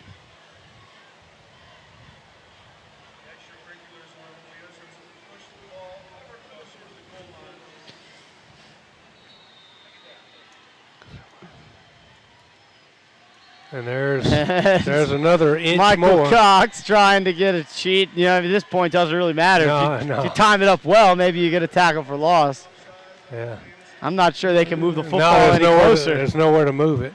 You rarely see that, but. And now Tyler White's going to come in, get a little more size, and a little confusion on who they wanted out, but they get the personnel correct. I mean, why not do that again? Corley keeps. He's going to be short as Felton, Cox, and Hawk in there on the tackle. So 2nd and goal from really close again. You know, if I'm the Mount Vernon offensive coordinator here, I'll fake the same play and pitch it wide because I'm not seeing a whole lot of people out there. Yeah. And we're pretty much stacking the box. And we've stopped 4 runs in a row, but they seem bent on going to the They keep Corley in with Douglas. See if this Holy Innocents defense can come up with the 2 more stops. Give to Douglas. That one might have been what they needed. No, he's short again. Short again. They're not listening to me. And slow to get up is one of the linemen for Mount Vernon. And I'll be honest, when I heard the cheers, I thought it was from below us at Mount Vernon, but It was the Holy Innocents from across the way. Traveling well, making plenty of noise. Student section lined up along the fence. I believe it's red, white, and blue night. I think that's what the signs were in the hallways today. So 6:06 on the clock. They've used half the quarter off the clock, but if we can stop them here. Be big, and it looks like the ball's, again, we're kind of on the up top, but on the far side of the field. So it looks like they got the ball spotted right at the 1 yard line. And you mentioned 6 minutes, half the quarter, and this drive started at the 50. So, I mean, they really have not gotten those chunk plays where they had so much success in the first half. Right. The injured player's up. Good to see. Yep. Walking gingerly, but he is walking under his own power. Deserves applause. And here we go. So the big whole play here. Defense getting the crowd pumped up. They're excited. They've made. We were just at this end doing this with you. Yep, absolutely. And they've made. It's been really, I think, 5 stops from inside the 3. Now the first 2 resulted in a first down. Right. So they get 3 more. So this has been a very tough and impressive drive as Coach Winter and the defensive coaching staff are. Again, out past the numbers almost to the hashes, making sure everybody's on the same page. And now they're going to bring Kittle back in at quarterback. So after 3 plays in a row with Corley, they're going to change it up. Douglas stays in as the running back. They're going to pitch it out wide to Douglas. He's going to try to get to the edge, and he has it done. You had the right idea. The Mount Vernon staff listened to you. They eventually heard me. They're tuning on thesuvtv.com. But Austin Douglas from a yard out, hard-earned touchdown. Yeah, well, we had good defense, but unfortunately it ends up with a 6-minute, 19-second drive with Mount Vernon taking the lead. And they're going to stay. Yeah, I can see why on this one. And go for 2 here as they lead 18-14 right now. So looking to get the lead to 20. And confusion, they're getting on the field late. So delayed game could be an option, or to see if they use a timeout early in the second half. Parker Corley jogs off the field. Now they get lined up. Tight formation, bunch to the top of the screen. And that's got to be the delay of game, right? Or they're going to use a timeout. Going to use a timeout. So Mount Vernon's going to call a timeout as they feel this 2-point conversion is important with 5:41 to go. We want to let you watching at home know that you can be part of the Holy Innocents Touchdown Club by visiting hiestdclub.org/join. Again, that's hiestdclub.org/join. Find out how you can be a part of the Holy Innocents Touchdown Club. So we'll see what they go with here. It's kind of it's almost the same situation again. You're on the goal line, and see if they try to power it through, get to the edge, or maybe throw the football, a fade route, or maybe with this quarterback out. Yeah, with this quarterback back in, he could roll right and throw it. Looks like they got a few more options with this guy. Either way, it won't be more than a touchdown game, and either way, Holy Innocents can take the lead with a touchdown and an extra point. Blake Kittle comes out on the field, 5'8", sophomore quarterback. He's got bunch receivers to his right, as well as the tight end Meacham. Austin Douglas, a single receiver to the bottom of the screen. He's got Tyler Rowe matched up on him. Nobody in the backfield with Kittle. The 2-point conversion. Kittle rolls right. He wants Douglas, throws it to Douglas, well defended by Alexander, and a late flag comes out. And it's going to be an interference. It could be argued either way, but either way, we're going to have another 2-point conversion. I guess they're going to say Alexander got on the back of Douglas maybe a second early. Well defended there by Holy Innocents, though. When you have bunch receivers like that, a lot of times it's hard to find who you're matching up with. They did a nice job there, and Alexander, I guess, just a bit aggressive, but liked the play. So Again, a penalty moves the ball inches closer to the goal line for Mount Vernon. This is their second attempt at the two-point conversion. They're going to stay in the same formation. Let's see if they maybe roll right and throw back left. They roll right. There's the throw back left. Well defended by Hunter Hawk. And another flag is going to come in. They're going to get Hawk for holding.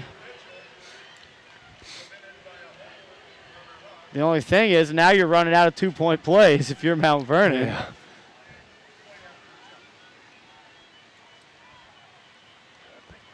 Hawk was sitting there waiting on it, and I'm not sure why he grabbed him or if he just never even saw the ball get thrown, but it'll be a third attempt at a two-point conversion, and now they're going to spread everything out. 3 receivers at the top of the screen. Single receiver is Watson to the bottom of the screen. Austin Douglas in the backfield with Kittle. Now Douglas motions out left. Farrell man-to-man with him. Kittle's going to look left. Quick throw, tipped, and it's all that for nothing. And the coaching staff pumped up for Holy Innocents. It's a 4-point game, 18-14.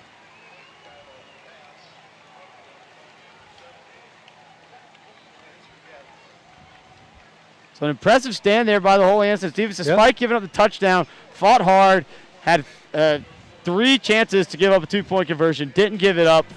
And now they're going to have a chance to get the ball back and take the lead. This is where we need that time-consuming drive here. Defense was on the field. That's over 6 minutes, over half the quarter. Plus with the 2-point conversions and all the penalties. Yep.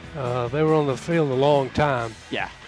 So we need to run some clock here and get some points. Will Lavender on to kick this one off for Mount Vernon. The Mustangs lead 18-14 here at home on their homecoming. Holy Innocents trying to spoil that and get a little revenge from last year's 35-31 loss as Mount Vernon came back late in the game and scored with under 10 seconds left to win that one. Barton and Alexander back deep. Lavender hasn't put much into these kicks. Backpedaling and fielding the ball is Farrell at the 25-yard line. Now he's coming up, has a little bit of a lane, crosses the 40, and he's dragged down right there. So Holy Innocents will have nice starting field position for their first drive. So Holy Innocents really, they had all the momentum going into the half. A big goal line stand by Mount Vernon to end the half, then the onside kick to a touchdown. They've kind of stolen the momentum back, but Holy Innocents with that stop on the 2-point conversion kind of has some juice back. Yeah, that held. Yeah, that was big. That was big. And now we got to follow through on that. And Matt Davis back in at quarterback, the junior who started, played most of the first half. We saw Farrell a little bit in the second half. Is that Vincilette? That was, I believe, Jack Felton on the carry. It was, but no room to go. They've tried that fake toss underneath belly play a few times. Not a lot of success. Vincilette picked up a few yards in the first half. 2nd and 10. Clock runs close to 5 minutes. Michael Cox behind Davis, Vincilette, and Felton, the A-backs. Give to Cox, has some room. Carrying a tackler, trying to rip the ball out from him, but they can't. He's up to the 48-yard line. And brings up a 3rd down and 3 for Holy Innocents as Ronnie Williams comes in at receiver. Comes in for number 12, Christian Paget, seeing him on the field more as the wide receiver this afternoon. Turning into evening as we approach 6:30. It was a 4:30 start here today. No lights on campus here at Mount Vernon, so they play early in the afternoon. Give to Cox. Fumble, and it's going to stay with Holy Innocents. Busting right through was one of the linebackers. Might have been Austin Douglas meeting the quarterback, and Cox right at the mesh point, but Holy Innocents falls on it and actually ended up picking up a yard, so brings up 4th and 1. They need just across the 50. Paget comes in, gives the call to Davis. Cox stays in as the B-back. I'd like to see Davis on a little bit of a midline keeper here, but they've got to block the middle. Give. First down. Michael Cox running hard, gets over the pile and moves the chains. So Holy Innocents back into Mount Vernon territory as they move the chains for the first time in the second half.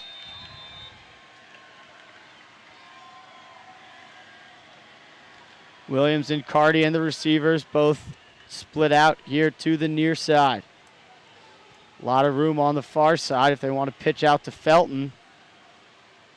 They have their lead blocker, Vincilette, that way. But they're going to keep Davis looking for room. Now pitches. There's the block from Vincilette. Felton has some room, has the first down, crosses the 30, and dragged out of bounds at about the 27-yard line. Well, actually, they have him down to the 25-yard line.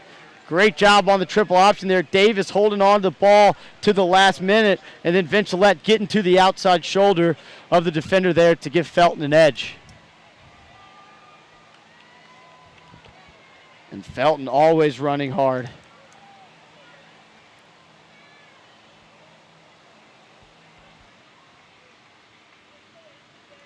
Gain of about 22 on the carry by Felton. Has the ball spotted at the 25-yard line. Two receivers to the near side. Cardian getting press coverage by Andrew Douglas. They give. Cox falls forward. He's going to pick up 2 yards. They'll have him at the 23. 3:17 and counting in our third quarter.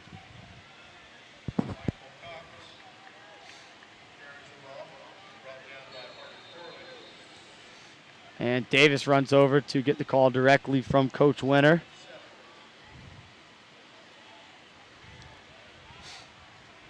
So Davis back in at quarterback in this third quarter. We saw the freshman Devin Farrell to end the first half, almost let him into the end zone, came up about exactly a yard short, maybe a couple inches. But now Davis didn't seem to lose any confidence, playing just as well. And the play clock is running low. They get the snap off. Keeper, pitch out to Alexander. He's going to need a block. He gets it. Williams, very patient, and they're going to throw. That was not a block in the back. I don't understand how you can call that. Williams didn't block him. He just kind of got in the way. He assumed it. I think he assumed it. And that's what they're calling. And you see it on the replay. You see Williams here right at the hashes. He doesn't really block him. He just kind of is there in the way. May have gotten the hands on him a little bit. That's just a tough call. And on top of that, the official's given the pass interference instead of the block in the back call. So that'll back him up 10 yards, and it'll bring up a 1st and 20, ball spot at the 35. Looks like all he did was set a pick on him. I know. A 2nd and 20, excuse me.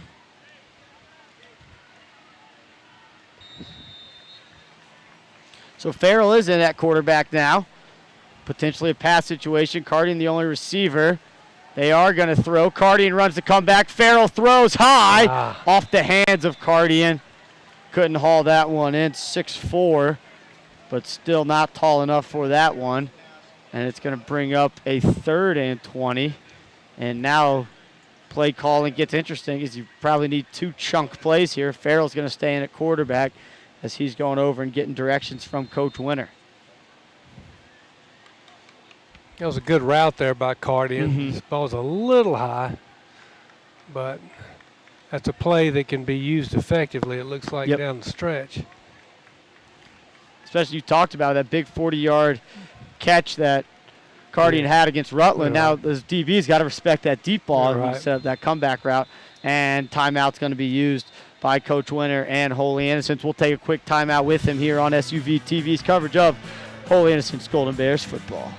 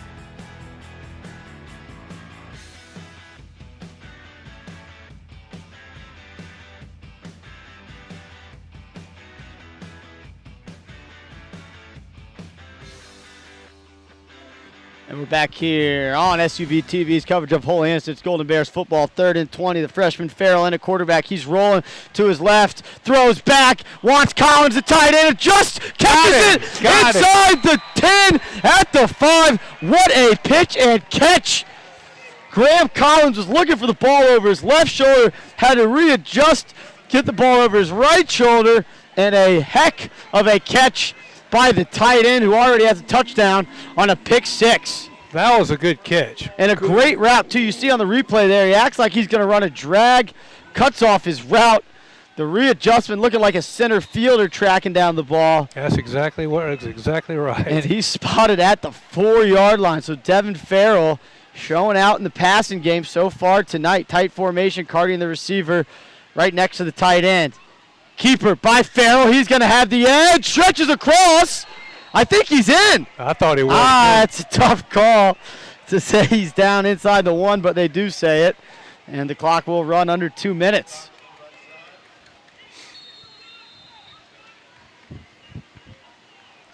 Just triple option. Good read. Shows his shake ability.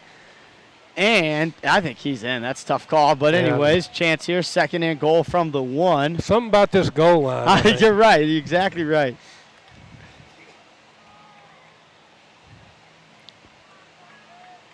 Ball inside the 1-yard line. Farrell gives Cox. He's in. For you better 6. raise those hands.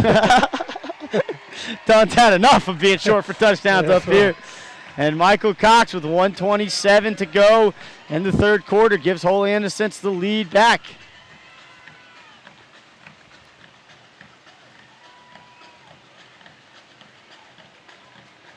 Blake Dobbs is on.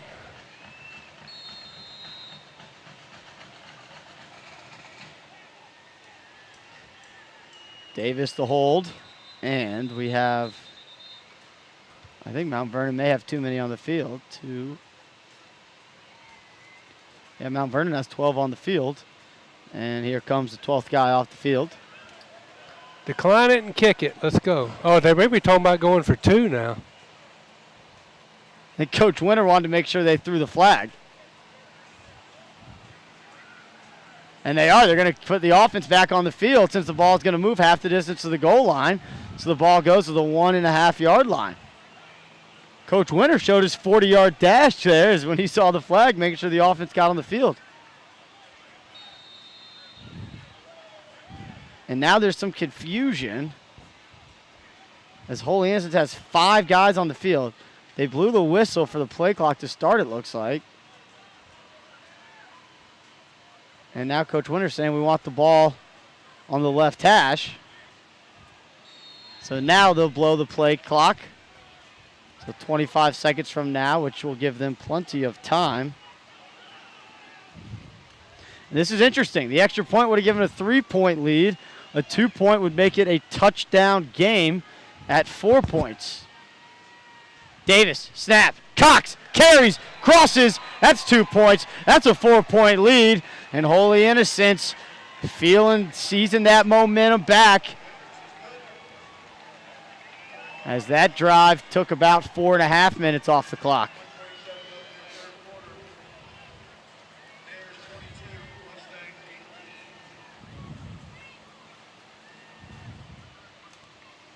So 22-18, Holy Innocents leads. Michael Cox scores the 1-yard touchdown run, then gets the 1.5-yard 2-point conversion as Holy Innocents taking advantage of some penalties there.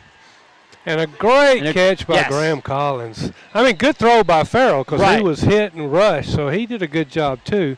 Not to downplay what he did. Right. But like you said, Graham Collins was a center fielder going to the warning track, trying to bring it down, and he made the catch with pretty good coverage. Yeah, definitely. And even when he made the catch, I was like, is he going to hold on? The defensive back made a nice play trying to paw the ball out. But just a very impressive play by Graham Collins, who we mentioned had the 25-yard interception return for touchdown in that first half. So Blake Dobbs has touchbacks on all 3 of his kickoffs. Looking to go 4 for 4 here. Austin and Andrew Douglas standing at their 5-yard line. That one's going to be close, but it's going to go in. as it hits the bottom of the Mustangs. And there's a touchback. 1:27 to go in our third quarter. And Don, you mentioned in the first half, you said no lights, 4:30 start. Hopefully we won't run into darkness, but we're 2 hours into this and we haven't even hit the fourth quarter yet. I know. The sun sets at 7:20 today. It's a cloudy day anyway. You're going to have timeouts in the fourth quarter because it's a one-possession game. Well, each team has used a timeout thus far, but you're right. And although that probably benefits Holy Innocents, doesn't throw the ball, so they don't have to worry about seeing the ball. Right. So Kittle in at quarterback with Austin Douglas at running back with him in the backfield. Has been the case most tonight. They start with 2 receivers at each side. Andrew and Justin Douglas to the top of the screen. They're going to hand off to Austin Douglas in the backfield. He picks up a nice double-team block. Stiff arm, stays on his feet, breaks through one tackle, breaks another tackle. He's going down the sideline. Dixon's got an angle on him. He cuts back. He could. Late flag comes in. Late flag. That was not a smart play. Otherwise, it would have been 80 yards for Douglas, breaking through multiple arm tackles. But a flag around the 50-yard line is going to bring this one back. 20 yards behind the play. All he's got to do is let the guy go, and it's a touchdown Mount Vernon. That's all he's got to do. And he does a block in the back, unless something happened that I didn't see. I think you're right, and there is the block in the back. No, I think the ref just pointed the wrong way. What? He picks up the flag. Oh, it was on Holy Innocents. The official indicated a block in the back, and somehow it went against Holy Innocents. So one play later, Austin Douglas, 80 yards, gives Mount Vernon the lead right back.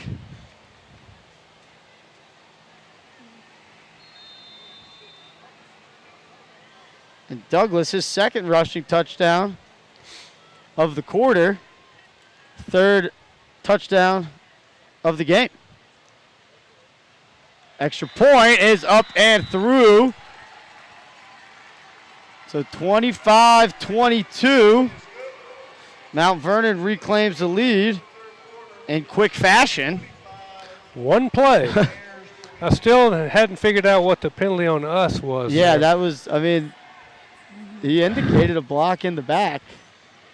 And I just don't understand how that goes against the defense on that kind of play. But we also didn't understand how the whistle didn't blow and our guy ended up in the end zone. Right. So got to play through that. And, I mean, if you're Holy Innocents, obviously you're frustrated you give up that 80-yard drive, but you're going to get the ball back. You've had success. Just go back to what you've been doing. Yeah. And you know, it's going to become a shootout from the looks of things. As it was last year, 35-31.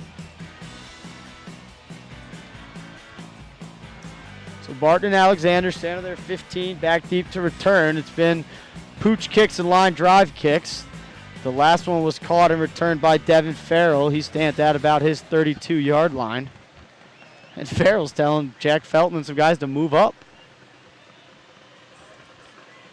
Lavender doesn't have the leg to put it back deep.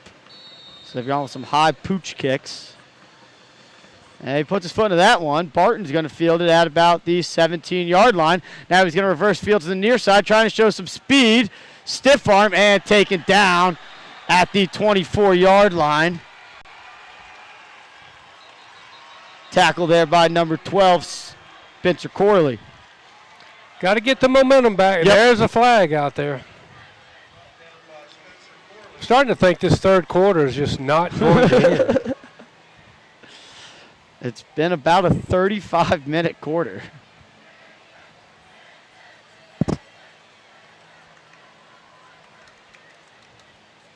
And we'll see what this flag is as we have 1:01 remaining in our third quarter. Face mask is going to be called on Holy Innocents. Looked like Barton was trying to use the stiff arm, but he may have grabbed instead of just having the flat palm. So that'll back up Holy Innocents to start this drive.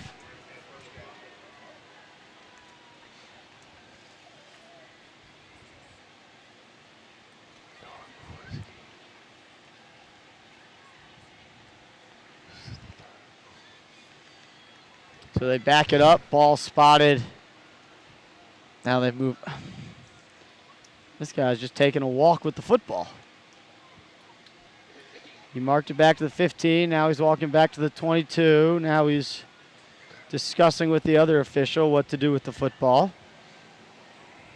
I'm telling you, we're wasting daylight.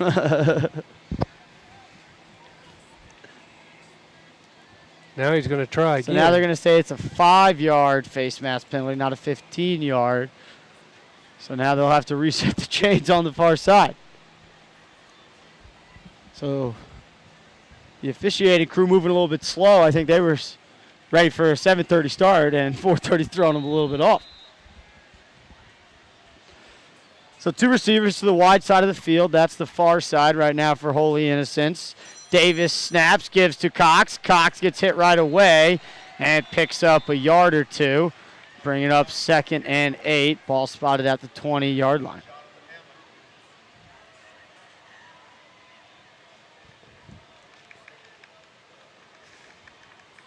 Jonathan Hammond in on the tackle for Mount Vernon. And now Farrell back in at quarterback. So they've been using both in the same series in the same set of downs. Felton in motion. Farrell throwing, sets his feet. Cardian on the comeback. And pass was thrown out of bounds. And it'll bring up a 3rd and 9. 19 seconds to go in our third quarter as it continues to proceed.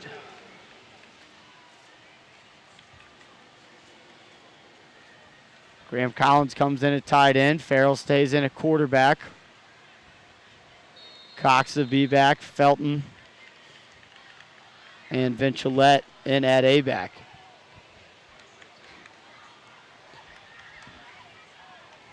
Cardian, the single receiver, he's split out to the near side. Tight end on each side. Felton in motion. Farrell's going to throw. Farrell's got pressure in his face right away. He steps out of it, still shaking around, and gets taken down for the sack. He made about 3 guys miss, but the 5th and 6th defender were there to drag him down, and it's going to be a punt situation for Holy Innocents, although that will likely take us to the end of our third quarter. And it will. 25-22, Mount Vernon leads after 36 minutes. Our final quarter here on SUV TV's coverage of Holy Innocents Golden Bears football will be on right after this.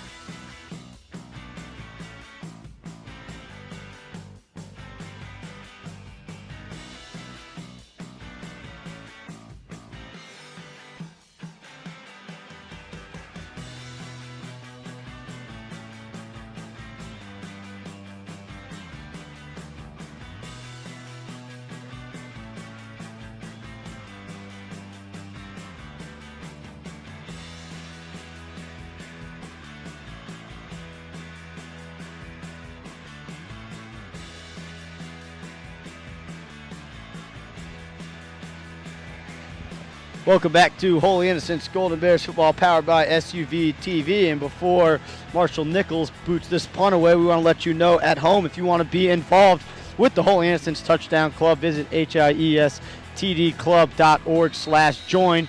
Find out how you can contribute today. So the fourth quarter will start with a punt from Marshall Nichols. High loopy punt, no pressure on him. Douglas is forced to fair catch at the 40-yard line.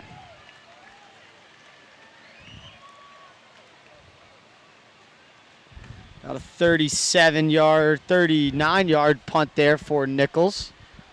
Right on average. And that one was a nice high skying punt. Gave his coverage team plenty of time to get downfield and not give Douglas anywhere to go. Yeah, good spiral, good leg by the sophomore. So Blake Kittle and the Mount Vernon offense back on the field after forcing a 3 and out after Austin Douglas's 80-yard touchdown run on the first play of the last drive. 3 receivers at the bottom of the screen, the tight end Alex Holliday in the slot. They're going to give to Douglas. He's got running room, and Hunter Hawk with a huge form tackle. Nowhere to go. It looked like there was a big lane for Douglas, and Hawk shed his tackle and wrapped up.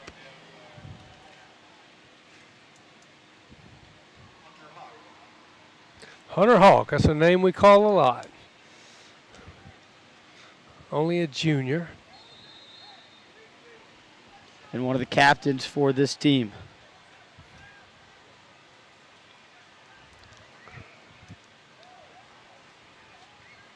Kittle in the gun, 3 receivers to his right. Hands off to Douglas. Douglas looking for room. Has some. Has a first down. Has more. It's going to be a foot race. He is not going to get caught. And he crosses in for 6. That one coming from 53 yards out.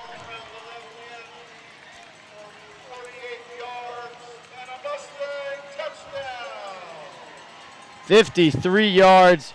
Austin Douglas, his 3rd rushing touchdown of this half, 4th total touchdown of the game. And that's really what has killed Holy Innocents' defense, has been the explosive plays. Big plays have hurt us. I think those big passes early, now they're running the ball successfully. Loosened us up.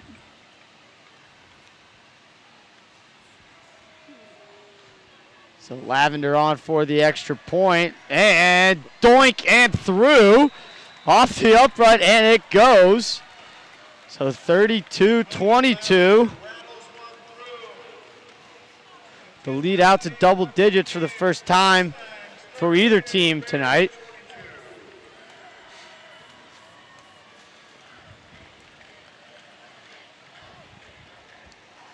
So we mentioned the explosive play of the 5 touchdowns.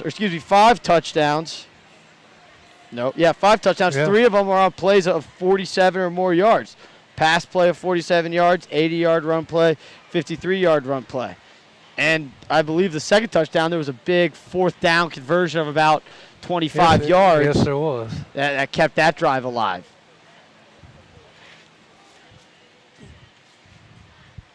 But plenty of time left here for Holy Innocents. Down a touchdown and a field goal.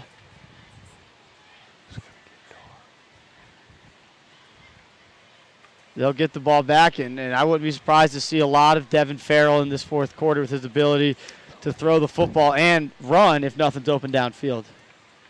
Yeah, I think you're right. Short kick, Farrell backpedals, fielded at the 20, looking for room. Not a lot of room, good coverage. Still gets out to the 30-yard line. Now Vernon has a lot of the momentum, playing with a lot of energy. A little bit quiet over there on that Holy Innocent side. But one big play from this offense feels like it kind of changed that and sparked some momentum and energy over there in white. But Davis stays in at quarterback. Coach Winter going with his junior, who started every game this year and started a handful of games last year as a sophomore. Williams and Carty and the receivers here to the bottom. They haven't thrown out of this formation much today. They keep nowhere for Davis to go. And not a lot of room, well strung out there by the defense. Parker Corley and there, as well as Austin Douglas. And 58, Eric Harris. We've called his name quite a few times, playing well on the defensive line. Christian Padgett brings in the play before going out to his wide receiver spot. Christian only a sophomore. Scored 2 touchdowns in the JV game last week, I believe. That's something we've seen with Coach Winter the last 2 years here at Holy Innocents. Kind of as the year goes on, he'll find some of those younger guys, and they get free 5 yards. Nice hard count there by Davis. But, you know, he's not afraid to bring young guys up who are ready to play. I mean, we saw Alexander's a freshman late in the year last year. Tyler Rowe started his first game as a freshman. Farrell, we mentioned, getting on the field a lot recently. So if you can play and you're in the program, Coach Winter, he'll use you. Yeah, next man up. He's got 61 of them to work with, barring maybe 4 or 5 injuries right now. Yep, Richard Johnston still out tonight, one of the captains and big parts of both offense and defensive line. Give to Cox, busts through, stays on his feet, and he's going to have a first down before Eric Harris finally grabs him by the waist and drags him down. So chains move, ball up across the 40-yard line.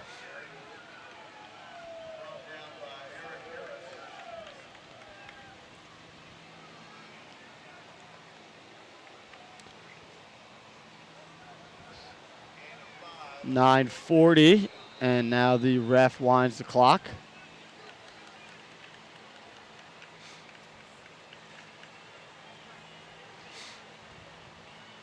Two receivers, nobody lined up over Padgett as they give to Cox. He breaks free, breaks through a couple arm tackles. They're trying to grab Cox by his ankles, and he's stepping out of a lot of these tackles.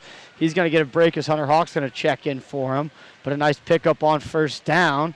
Brings up second and just a yard or two. Ball into Mount Vernon territory.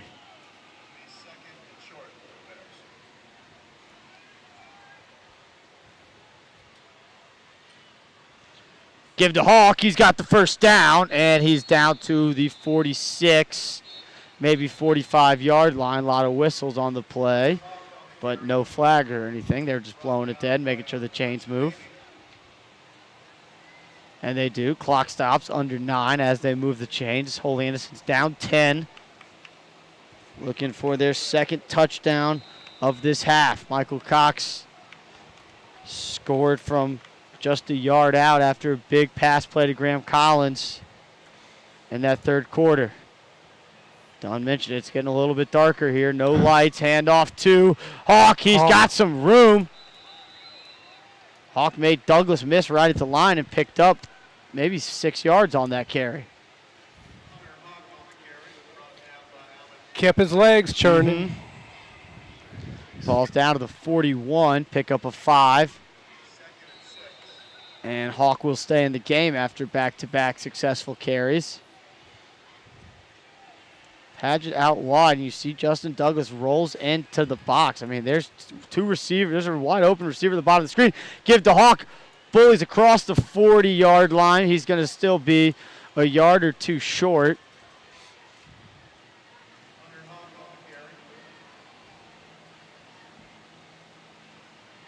So Hawk, after 3 carries, all for positive yards, checks out, and Cox comes back in.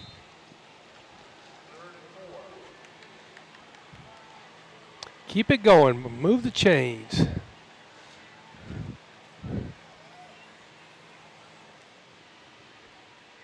7.5 to go here. Davis under center.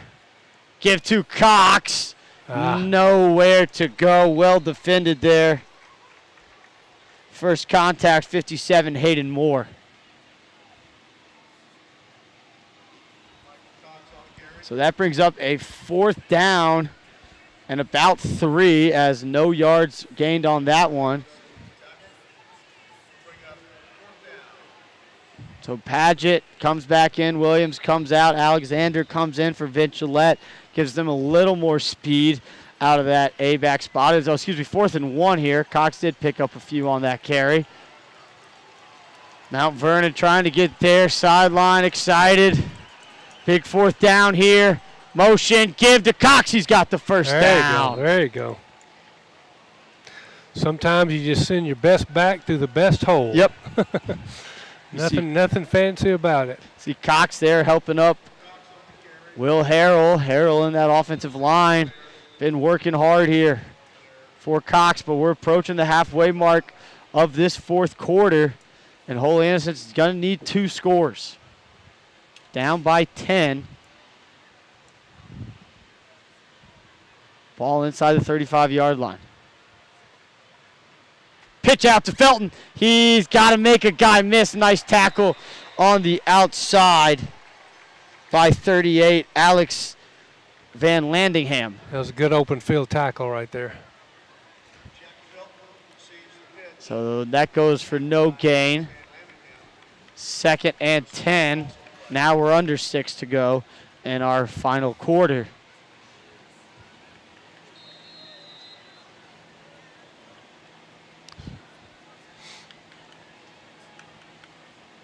Vincilette, Felton, and Cox in the backfield behind Davis. Vincilette in motion, trying to get him off sides. They don't. See if they just give to Cox here. They do. He runs through a couple guys and picks up about 3, maybe 4 yards, bringing up a manageable 3rd down. 2-down territory here. Although you do need a field goal, so if you get in field goal range, don't want to give that up. Looks like we got a man. Do we have a man down out there?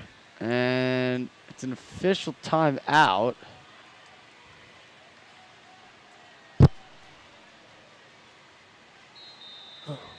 Okay, now Looks we're like back. they maybe made Will Vincilette come out of the game for something. Maybe blood on his pads or something. His helmet maybe came off at the end of that. I didn't see anything, but Alexander comes in for him. It's 3rd and 7. Big 3rd down here. Mount Vernon crowd feels it. They're making some noise. Alexander in motion. They pitch it out to him. He's going to try to get to the edge. Has the edge. And he's going to be a little bit short of the 1st down yardage. Pretty well strung out there by the Mount Vernon defense. And it'll bring up a 4th and 2.5 for this Golden Bears offense. 4:43 to go. Clock runs now. Actually, it's not. Oh, that's right. He did. He stepped out of bounds. Did he? He stepped Okay. out of bounds. Okay, Yes. I didn't know if he did or No, not. you're right. You're right.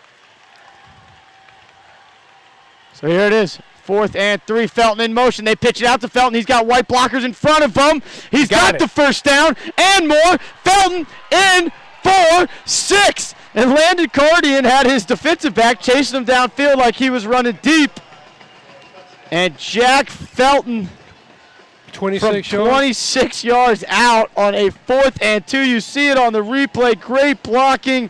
Will Vincilette. Blake Dobbs was waiting for someone to block downfield. And a huge touchdown run by Jack Felton.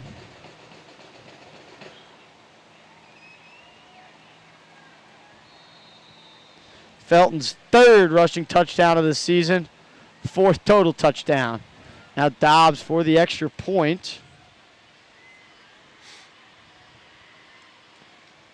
And it is through, making it a 3-point game, so a big extra point there for Dobbs.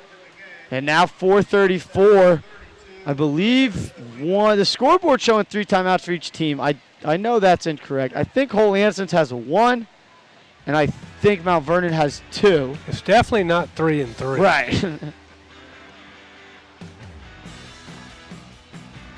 Seemed like there was a timeout by Mount Vernon on one of those 2-point conversions. Yes, there was. Yeah, there was. And then Holy Innocents used one before that throwdown from Farrell to Collins. And then I believe Holy Innocents used one other one. Scoreboard today, like we said, timeout still says 3 each, and there's no down, distance, or where the ball's spotted. Yeah, I know it's been, which usually helps us out. I guess we should be able to do that on our own, but I tried to, but I'm incredibly unofficial. So incredibly unofficial. And Justin Douglas is down here on the near side. Helmet on the 19-yard line. He's fixing his hair. Andrew Douglas also doesn't have his helmet on. Now they're getting ready. Yes, looks like Mount Vernon's getting their hands team on the field. Not sure if Holy Innocents is going to go deep or try to get this ball back right away. I don't really know what Coach Winter is thinking. Well, you got to figure we've been burned by big plays the last couple times they've had the ball, so it's not a bad thought to not give the ball back to those guys if you don't have to. Granted, this is coming from a cross-country coach, but still. Well, and I think Landon Cardian kicking may tell us what we think, and we could be looking at an onside kick, looking to get that bounce. They needed it last week against Wesley, and they couldn't get it. We'll see which way Cardian goes with it. He's a left footer. Has it teed up on the left hash. He goes deep with it instead. And it's going to be a touchback. So Coach Winter using Cardian to just kind of play with Mount Vernon, see if they couldn't get them to maybe burn a timeout or something funky. But Mount Vernon will start this drive on the 20-yard line, and they've had success so far in this second half. Yeah, if I'm Mount Vernon here, I'm not even the success they've had running. I'd go with that, run the clock. You know, Bears defense got to come up big with a stop here. Got plenty of time if we can get a stop. Absolutely. Got 1 or 2 timeouts left with 4:34 left. And only need a field goal. Only need a field goal. Of course, there's not going to be daylight for an overtime, but still, we only need a field goal. Sun is starting to set here at Mount Vernon as we pass 7 o'clock. We still have 4.5 to go. Handoff to Austin Douglas. He's trying to bounce to the outside. Farrell couldn't wrap him up, but pursuing it are the linebackers Collins and Hawk, and that's going to be a tackle for loss. There you go. There you go. That's what we got to do. So nice start there. Farrell flowed quick from his safety position, and then the linebackers cleaned up the rest. So 2nd and 10. The clock does wind, though.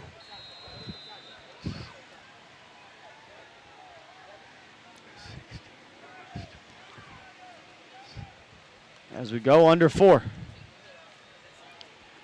Kittle with Douglas to the left, 3 receivers at the top of the screen. Receivers look confused on how to line up. Now they get set. And they are going to throw. Kittle looking, nowhere to go. Gets in pursuit. Now Collins throw. Nearly intercepted by Jack Felton. That would have been more than huge. Great pressure by Getz and Collins. Felton, good coverage.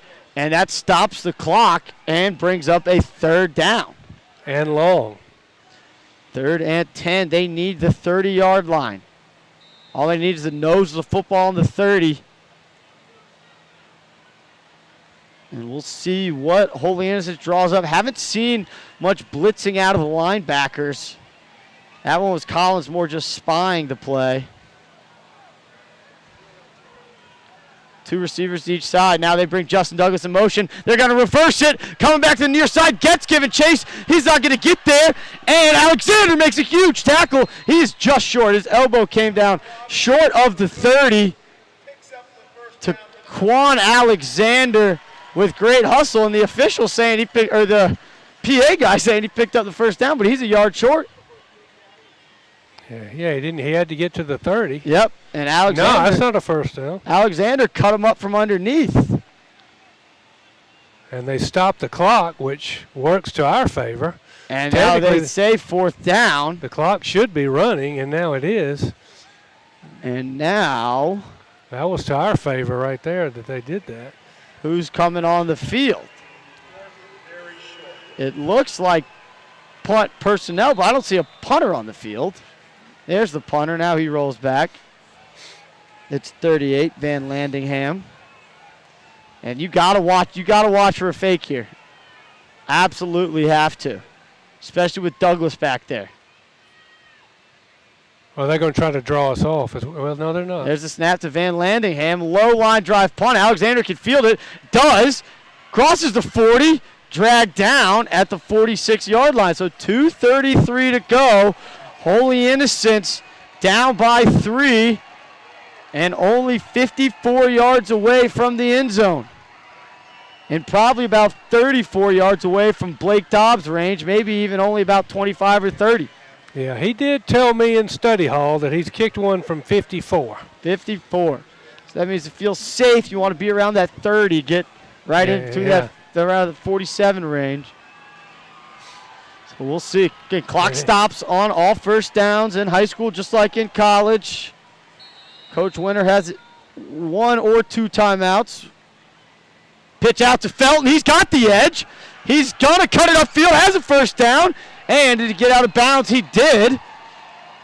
So a huge run there to start the drive as the pitch picks up about 15 yards and the ball gets down near the Mount Vernon 40-yard line.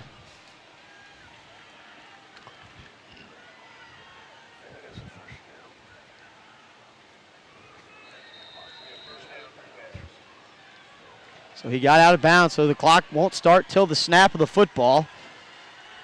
Davis in at quarterback. Alexander, they give to Cox. He breaks through Corley's first arm tackle, but then gets dragged down. Picks up about 4 yards.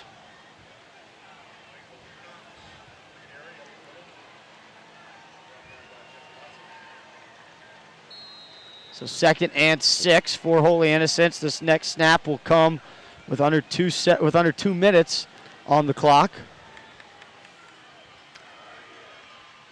Alexander, they pitch it out to him. And well played. Austin Douglas read it the whole way, blew up Vincelet's block, and made the tackle. A huge play there by the star of the night so far, Austin Douglas. Brings up a 3rd and long, and Coach Winter is going to use a timeout.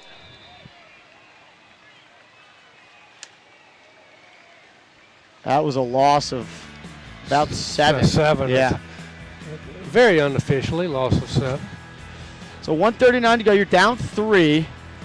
Right now you're about 10, 15 yards away from the outskirts of field goal range. Here's what I'm doing. I'm putting nothing against Matt Davis. I'm putting Devin Farrell in. Yep. I'm going to give it that extra option for the pass, the route to Cardian. Yep. The quick sideline, the quick and out. It's going to also open up the running for Hawk and Cox. You can use just things you can do there. If we're up, I like Davis being in there. Right. He runs the ball very well. He controls the offense. He controls the clock.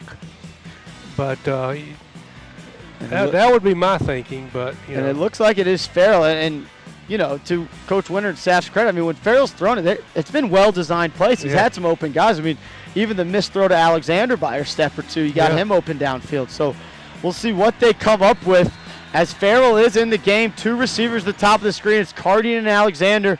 Collins, the tight end, at the bottom. Straight drop flag comes in, and I think it's going to be a false start. No, it's offsides. There you go. It's on Mount Vernon, so 5 free yards. Brings up a 3rd and 8, 3rd and 9 now. Farrell does stay in the game.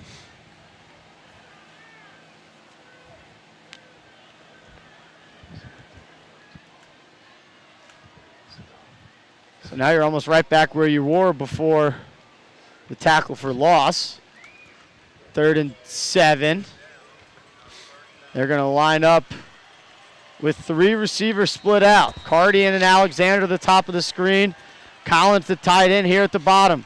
It's a draw play for Cox. He runs, breaks through a tackle, has a first down, and down near the 30-yard line. A fantastic play call there by Coach Winter as we got 91 seconds left in the game.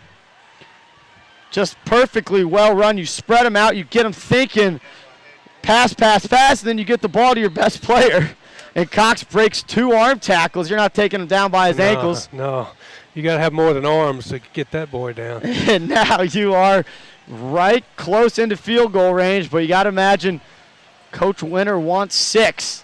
Farrell's going to throw again. He's got protection, steps up, ball's on the ground, and Mount Vernon comes up with it. Austin Douglas with the recovery, and that highlights his night as Farrell trying to step up in the pocket. Somebody just ripped it out. Couldn't get the number, might have been 57 more. And right place, right time for Douglas as he falls on that one. And that's just a little bit of a freshman mistake, just exposing that ball too much. But you know what? And when I watch NFL games, they talk about, quarterbacks not protecting that football enough. Right. So trying to get the extra yard, trying to do a little too much, pressing a little bit. Exactly. Step up in the pocket, try to throw downfield. But Mount Vernon makes a huge defensive play to likely preserve this win. And now Coach Dabbs is going to call a timeout. Not sure why. I talked this one over. I think all they need to do is take a knee or two. Yeah, with 110, I don't see what they have to talk about. So Dunn, now, you put a lot of pressure on yourself with these next games ahead. You take on Strong Rock next week, and then Trinity Christian after that. 2 teams ahead of us in the power rankings. Right, and 2 teams that, you kind of feel like, here's our chance to really secure where we could end up. Yeah, exactly. We got it. Now it's definitely a win-win situation. Right, yeah. They'll move to 2 and 4, and we talk with Landmark and Our Lady late in the season. You would think if these guys play the way they can, those should be wins. Yeah, just had to get one of these. Right, which means now you needed 1 of 4. Now you need 1 of 2. All right, yeah. As you come down to that's the way I'm looking at it. These too. final 2. So this looks like the victory formation as Kittle takes it and takes the knee. Is Coach Winter going to call a timeout? He will, in case there's any bad snaps or anything. Now, granted, he got points due to bad snaps last weekend, or last Friday night. He sure did. But I have to say again that the end of the first half looms huge. Yes. It really does. Now, you never know because, I mean, you can't just say that was it because Right. now Mount Vernon would be behind and they'd be throwing and running and going full guns blazing. So you can never say, well, that was the whole thing. But it was rather huge in a one-possession game. Right. And I think you also give credit to Mount Vernon for the onside kick call to start the second half because, they felt like they had some momentum. They knew Holy Innocents could drive the football. They didn't want that to happen. And they ended up punching it in after more than 6-minute drive. I think from 50 yards out. Yeah, it was 5:41 when we finally, all those 2-point conversion plays ended. And really, I mean, I think you could say, it came down to a turnover late, which has been the case a little bit, but it was also just the big plays out of the Mount Vernon offense. Yeah, they had the 80-yard run, they had a 53-yard run, they had a couple of big pass plays. They showed some versatility on offense. Absolutely. They hurt us both ways. And, like you said, you got to give them credit. You can't. Right, yeah. When my coach used to tell me when I complained about a ref or a call, he called it loser talk. You got to keep playing. You got to play through adversity. And this team does play the whole game. Absolutely, absolutely. This team battles no matter what their record is. We saw it last year. Yep. They're gonna go at it. And I think that is going to do it. So Mount Vernon wins this one 32-29. The celebration is on for them. And Holy Innocents will drop to 2-4 on the season with a lot of football ahead of them, a lot of chance to make a statement. But this was one they really wanted and just couldn't quite get. Yeah, well, got to regroup quick. It's not over. Nope, absolutely got not. 4 more games to play and come up with 3 of the 4. And you're still probably in the playoffs. Of course, with power rankings, I don't know how to predict anymore. Used to be easy. Used to be all about your region games. But so Holy Innocents, they'll take on Strong Rock Christian next week before heading into their bye week, but they fall to 2-4, losing a close one by 3, 32-29. The Golden Bears fall just short. Mount Vernon moves to 5-1 on the year. Thanks for tuning in this afternoon and early evening. This has been SUV TV's coverage of Holy Innocents Golden Bears football.